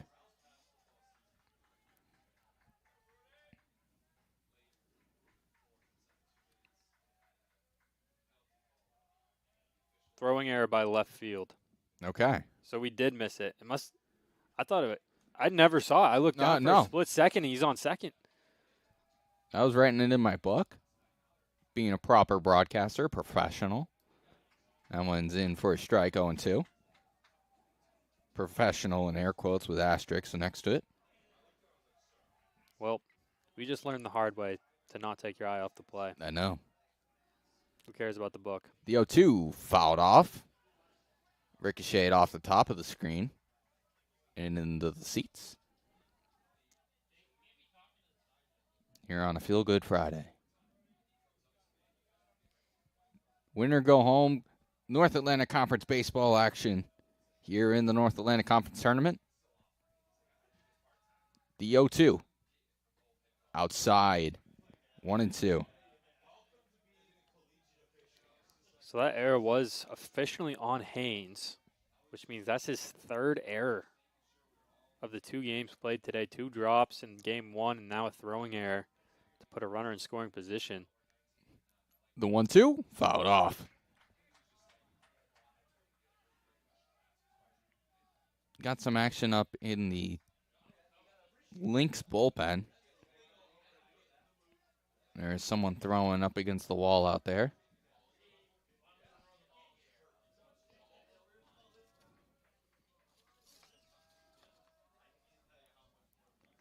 And the 1-2. Swung on, hit in the air down the line. Trouble affair, but it will land foul into the Terrier bullpen. Believe it or not, given the performance he had yesterday, Proul is up in the Thomas College bullpen right now. Of course. And there's a lefty. One of the best pitchers in the conference this year, who's been absolutely stellar. He went 6 innings against Lesley yesterday, 7 hits, 5 earned runs, 4 Ks. That one's hit in the air to right. And there to make the play is Seymour. And the Terrier the Lynx strand 1 in scoring position. And we head to the bottom of the 8th. It'll be 7-9 for the Terriers, trying to look to extend their lead here in winner go home action here on the Husson Eagles Sports Network.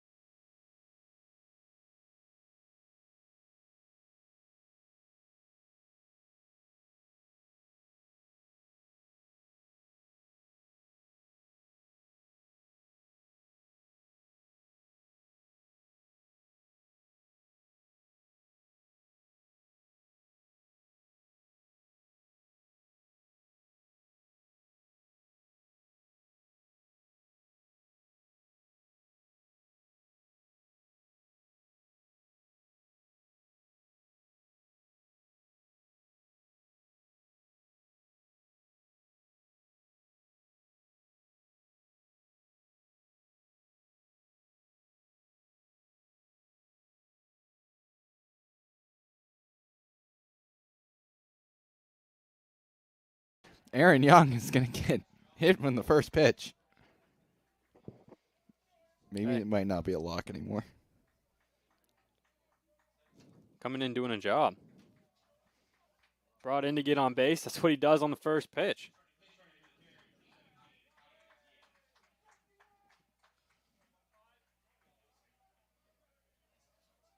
Javier Diaz comes on, 7 stolen bases on the year.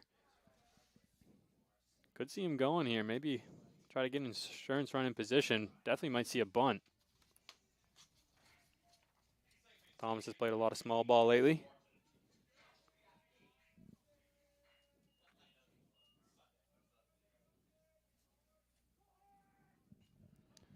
Bunt attempt, and it'll hit the back screen. I believe he did that a couple times in game 1 as well, where he went to go lay down that bunt and it just went straight backwards, high in the air, more of a line drive off the bat. I'm not surprised that coach wants to have a little bit of a conversation here because he struggled laying down these sacks today.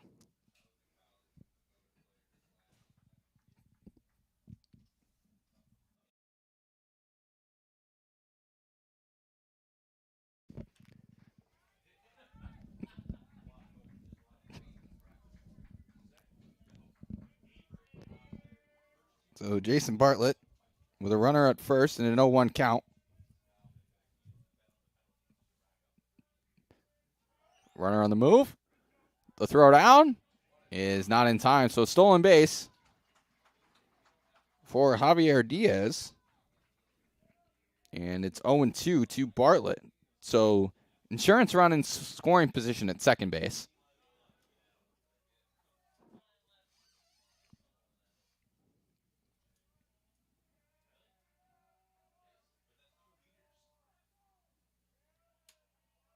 And the 0-2 outside. So 1-2.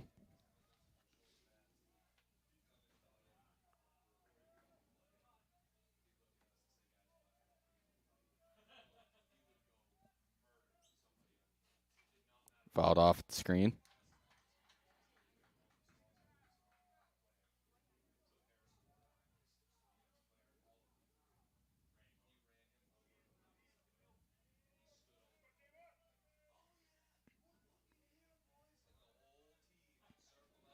The 1-2. Swung on, hit in the air to right. That one's going to be trouble if it's over the head. And it'll be over the head of the right fielder. Diaz rounding third. And he will score. So an RBI double for Jason Bartlett. And the Terriers take a 3-1 lead.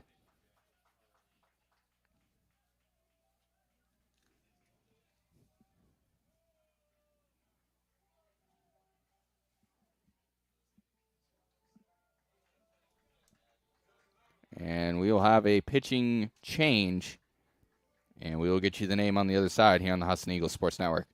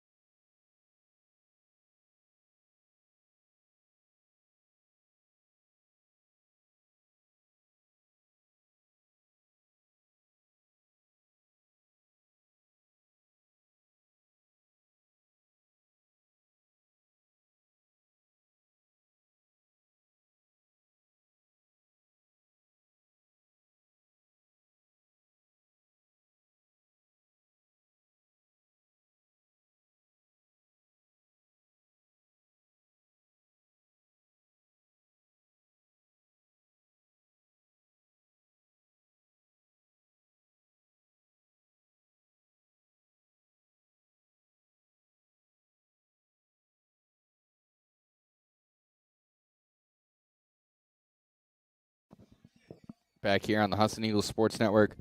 Jacob Nemerget.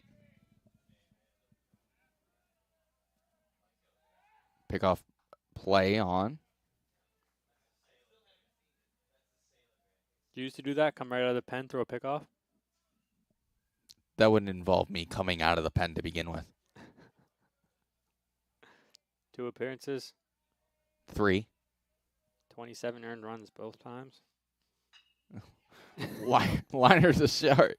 That one's going to be thrown on to first to complete the play. So 6-3 goes Seymour for out number 1. That's my favorite dig at you. I love that your baseball reference page is up. I love looking at it. Technically, it's not mine because my name is spelled wrong. Back to the top of the order for Hayden Dipner. And they're going to put Dipner on with an intentional walk. I think I've seen more intentional walks this weekend than I had all season. This is crazy, actually. What are we at? We're at 4 this game. 4 this game. Brandon was walked once yesterday intentionally. I think that was it. I think that was it. 5 in a weekend, though. 5 in a weekend? That's kind of cool. First pitch in for a strike. It's not even counting the 4 straight fastballs outside that we've seen. The unintentional, intentional walks, yeah. Elijah Morton has 2 guys on. Here with 1 out. Pitch to Morton. Swung on and missed. So it's 0-2. He came out of his shoes on that one. Yeah. That front shoulder came way open. Wanted to do some damage with that pitch, but you just really got to stay locked in here. Keep that shoulder in front. And the 0-2 from Nemerget. He is low, 1-2.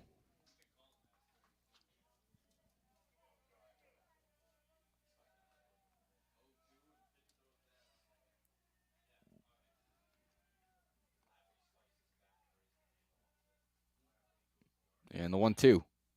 Swung on, fouled off to the right side, out of play.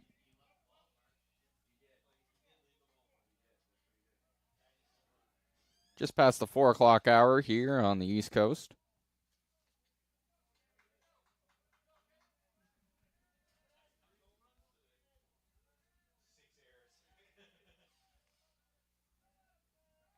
Pickoff play at second again.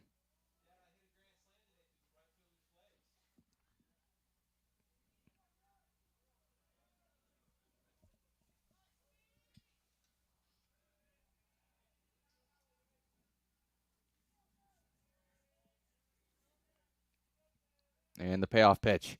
Swung on, fouled off to the right and out of play.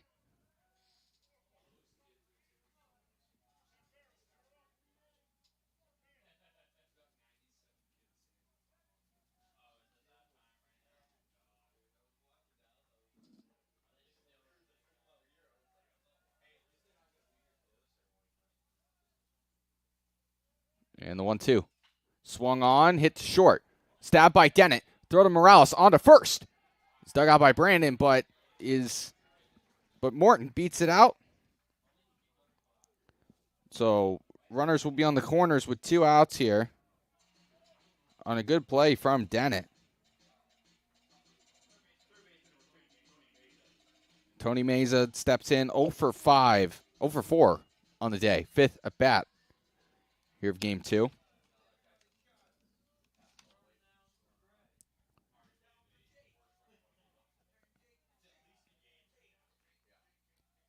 Mergett throws one in the dirt. It's 1-0. Really like to get that insurance run in. I mean, 2 runs is very doable, but 3, especially if they put Proul in, would just feel kind of out of reach for the Lynx, especially the way they haven't really strung together a bunch of base hits in a row today. Here's the pitch in the dirt, 2-0. Plus, Proul is pretty much as locked down as you can be coming out of that pen for the Terriers. I mean, we've seen him multiple times this weekend.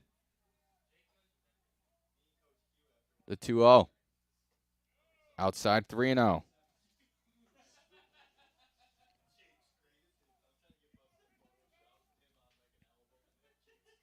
Merritt trying to find the zone here. 3-0, 2 outs here in the bottom of the 8th.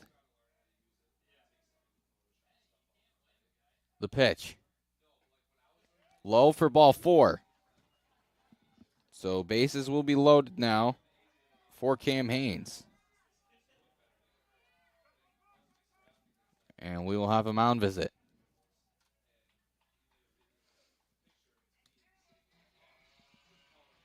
This is going to be a tough out here. Absolutely. Haynes is a big at-bat guy. 0 for 2 today with 2 walks, but he comes alive in big moments. This is certainly one of those.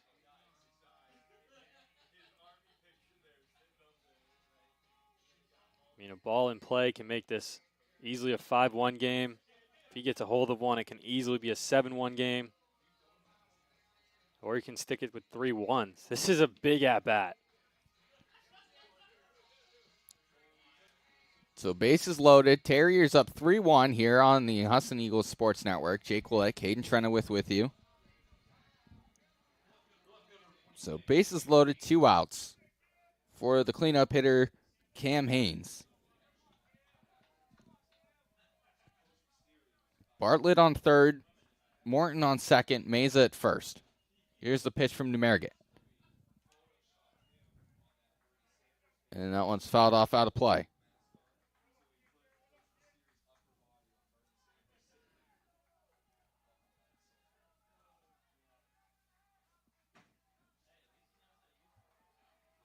Numerget threw 3 innings yesterday, picked up a loss.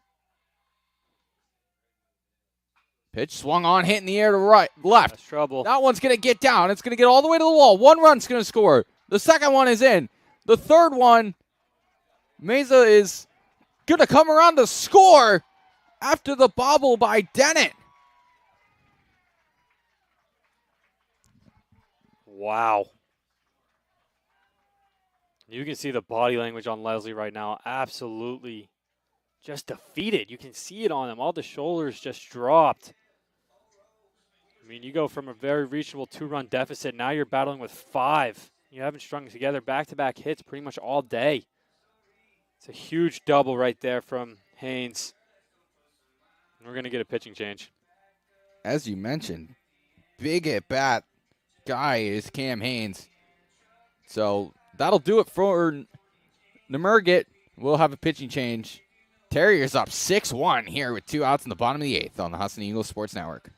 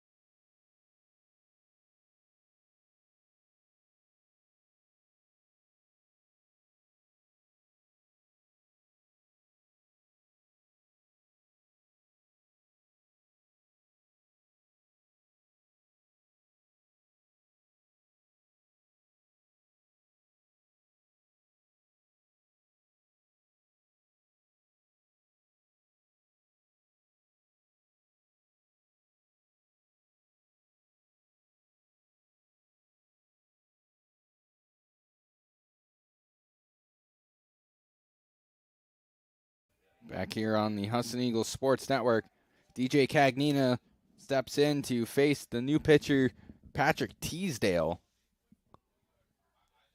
with a runner on second. The pitch from Teasdale is in for a strike. Teasdale went 2 innings yesterday, allowed 2 hits, 1 earned run, 4 Ks, 3 via the walk. So Haynes is on second after clearing the bases with a double. Here's the responsibility of the Marigot. That one heads to the backstop.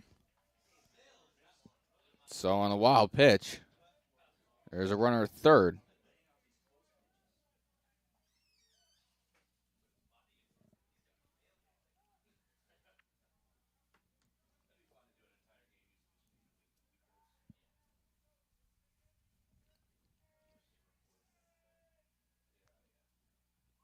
The 1-1 to Cagnina.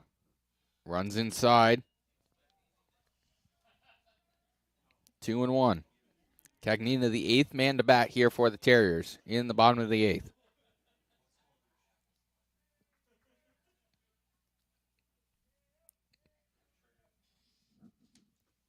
Two 2-1 to Cagnina. Swung on, hit to first. Stabbed there by Brandon. From his knees, throws on to first. And completes the putout. But the damage has been done. 4 runs come across the plate here for the Terriers. They lead 6-1. And in comes Andrew Poole to finish this one out. 6-1 Terriers after 8 on the Husson Eagles Sports Network.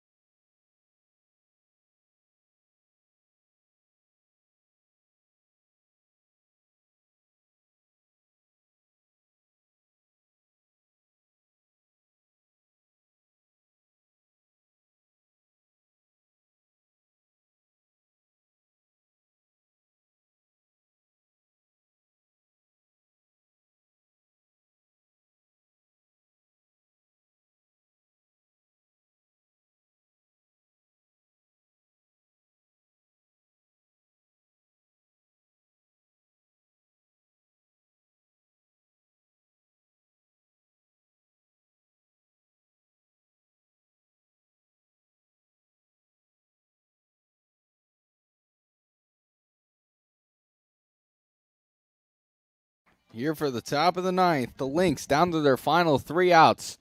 Brody Walsh will look to continue his dominant relief outing and send the Terriers to the dance. First pitch from Walsh. Jacobs takes outside, ball 1. So it's 9-1-2 due up for the Lynx. Trying to keep their season alive. This leadoff hitter is so important. If you want to get the momentum, you have to get him on. Outside 2-0.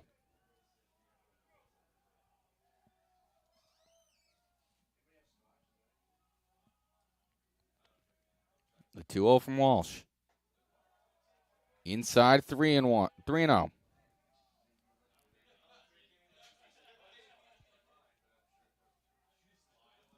You give him the green light here, down 5. Yeah. Doesn't need it. Doesn't need it. Ball 4. So Jacobs on with a leadoff walk. Still action for the Terriers out in the bullpen. Raymond Morales. 1 for 3 with a walk.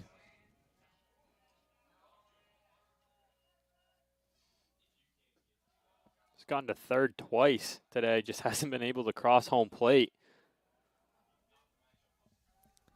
5 straight balls from Walsh. Temby will go out to the mound. Temby came in as a defensive replacement here for the top half of the ninth.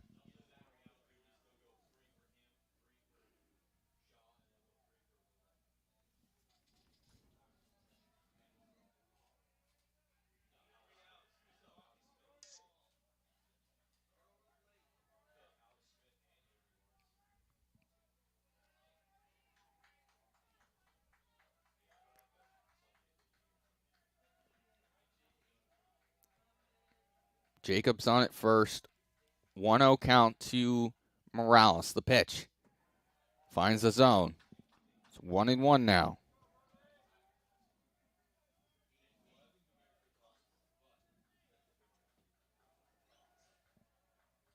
The 1-1. Swung on. Dribbler. Ooh. And that's going to be trouble. So runners on first and second now.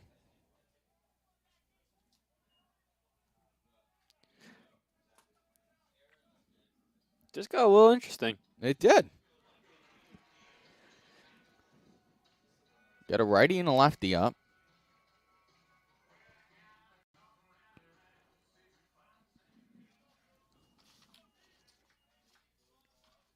On defense here for the Terriers. The first pitch runs inside on McElroy. 1-0. Shaking his head. I think he wanted to wear it, but I think just reaction got to him. That's also a tough spot to wear on the shin. No guard. The 1-0. Swung on, fouled off to the left and out of play, evening up the count at 1-1.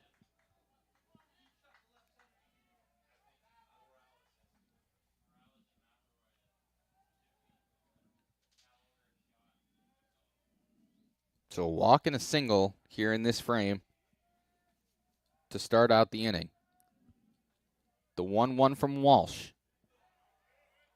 It's at the bottom of the zone for a strike. 1-2. McElroy gets one in the gap. He's someone who's got wheels. He can definitely turn a simple single into a double. Morales and Jacobs also have some. Swung on and missed. McElroy goes down swinging for out number 1.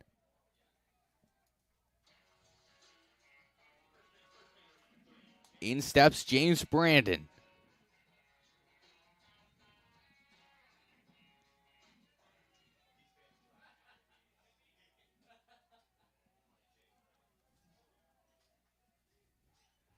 First pitch to Brandon. Swung on. Through the right side, a base hit. Into right.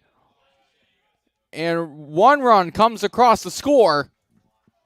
So it's now first and third after the RBI single from James Brandon. And it's now 6-2 Terriers.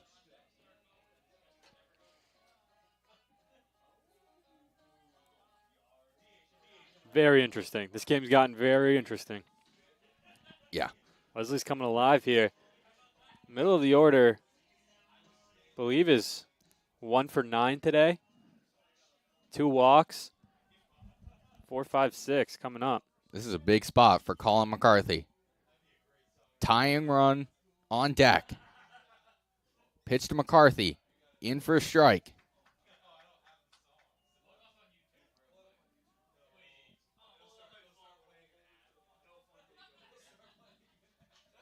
This would be a big opportunity for Colin McCarthy. The pitch. Low, 1-1.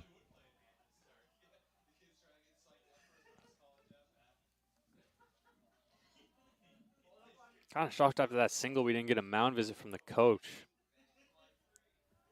I feel like normally Thomas would do a mound visit after a string of a couple hits there, but that one paints the outside corner, 1-2. Again, winner go home here for these two teams. A winner has a date in the dance with the Eagles. The 1-2. Outside 2-2. I think McCarthy thought that was going to be a strike. I think he did too. Immediately looked back at the umpire, dropped his shoulders. He thought he was rung up. The 2-2. Swung on, fouled off, and out of play. We remain 2-2.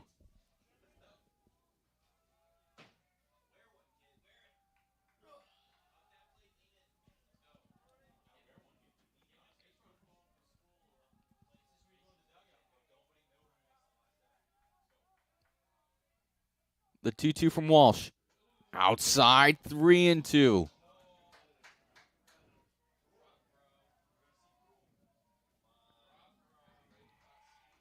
If he gets on, are we going to get Proul? I don't think so. He's not even up. Oh, he's just walking out there now. Here's the pitch. Inside, ball 4. Wow. We're going to have a runner. No, we won't. Who we got? It It's a is righty. Pearl. It is Pearl. Wow. This is getting interesting. Bases loaded. Andrew Pearl coming on in for a save op. We'll be back. Bases loaded. 1 out. Top of the 9th. 6-2 Terriers on the Husson Eagles Sports Network.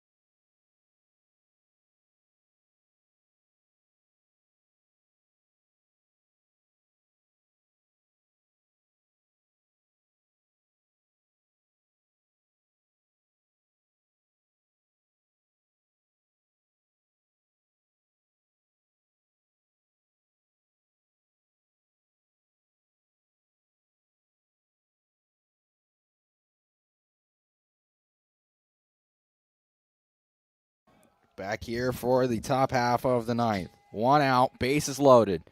The closer, Andrew Pearl, on the mound for the Terriers to face Justin Dennett. Pearl going from the windup. First pitch in for a strike. The tying run at the plate. The winning run on deck in Gallagher.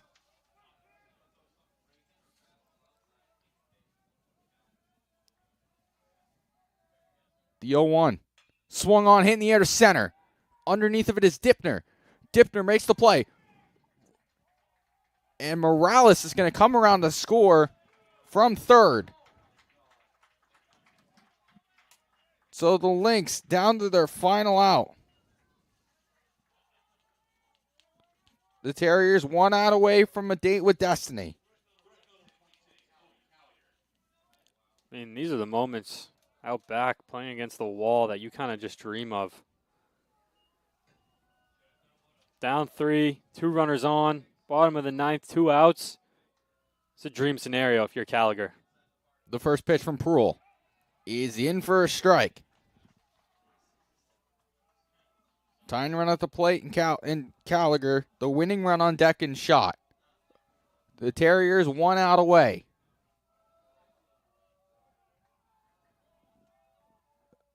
The pitch swung on, hit in the air to left. Haynes started in, and he makes the play. The Terriers will head to the dance to face the Husson University Eagles on Sunday.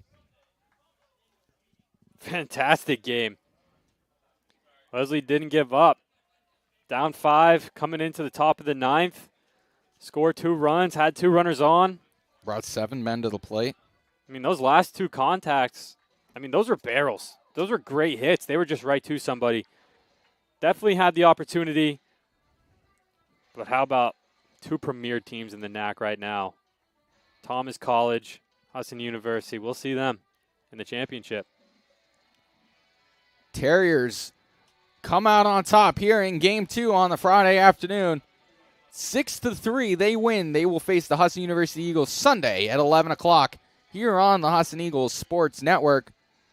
From Caden Trenowith and Jake Willett, we want to thank you for joining us this afternoon, joining me and Xander Cook in Game 1. Caden joining us here for Game 2. And it'll be Terriers-Eagles on Sunday afternoon. Be a friend, tell a friend something nice. It might change your life. Goodbye!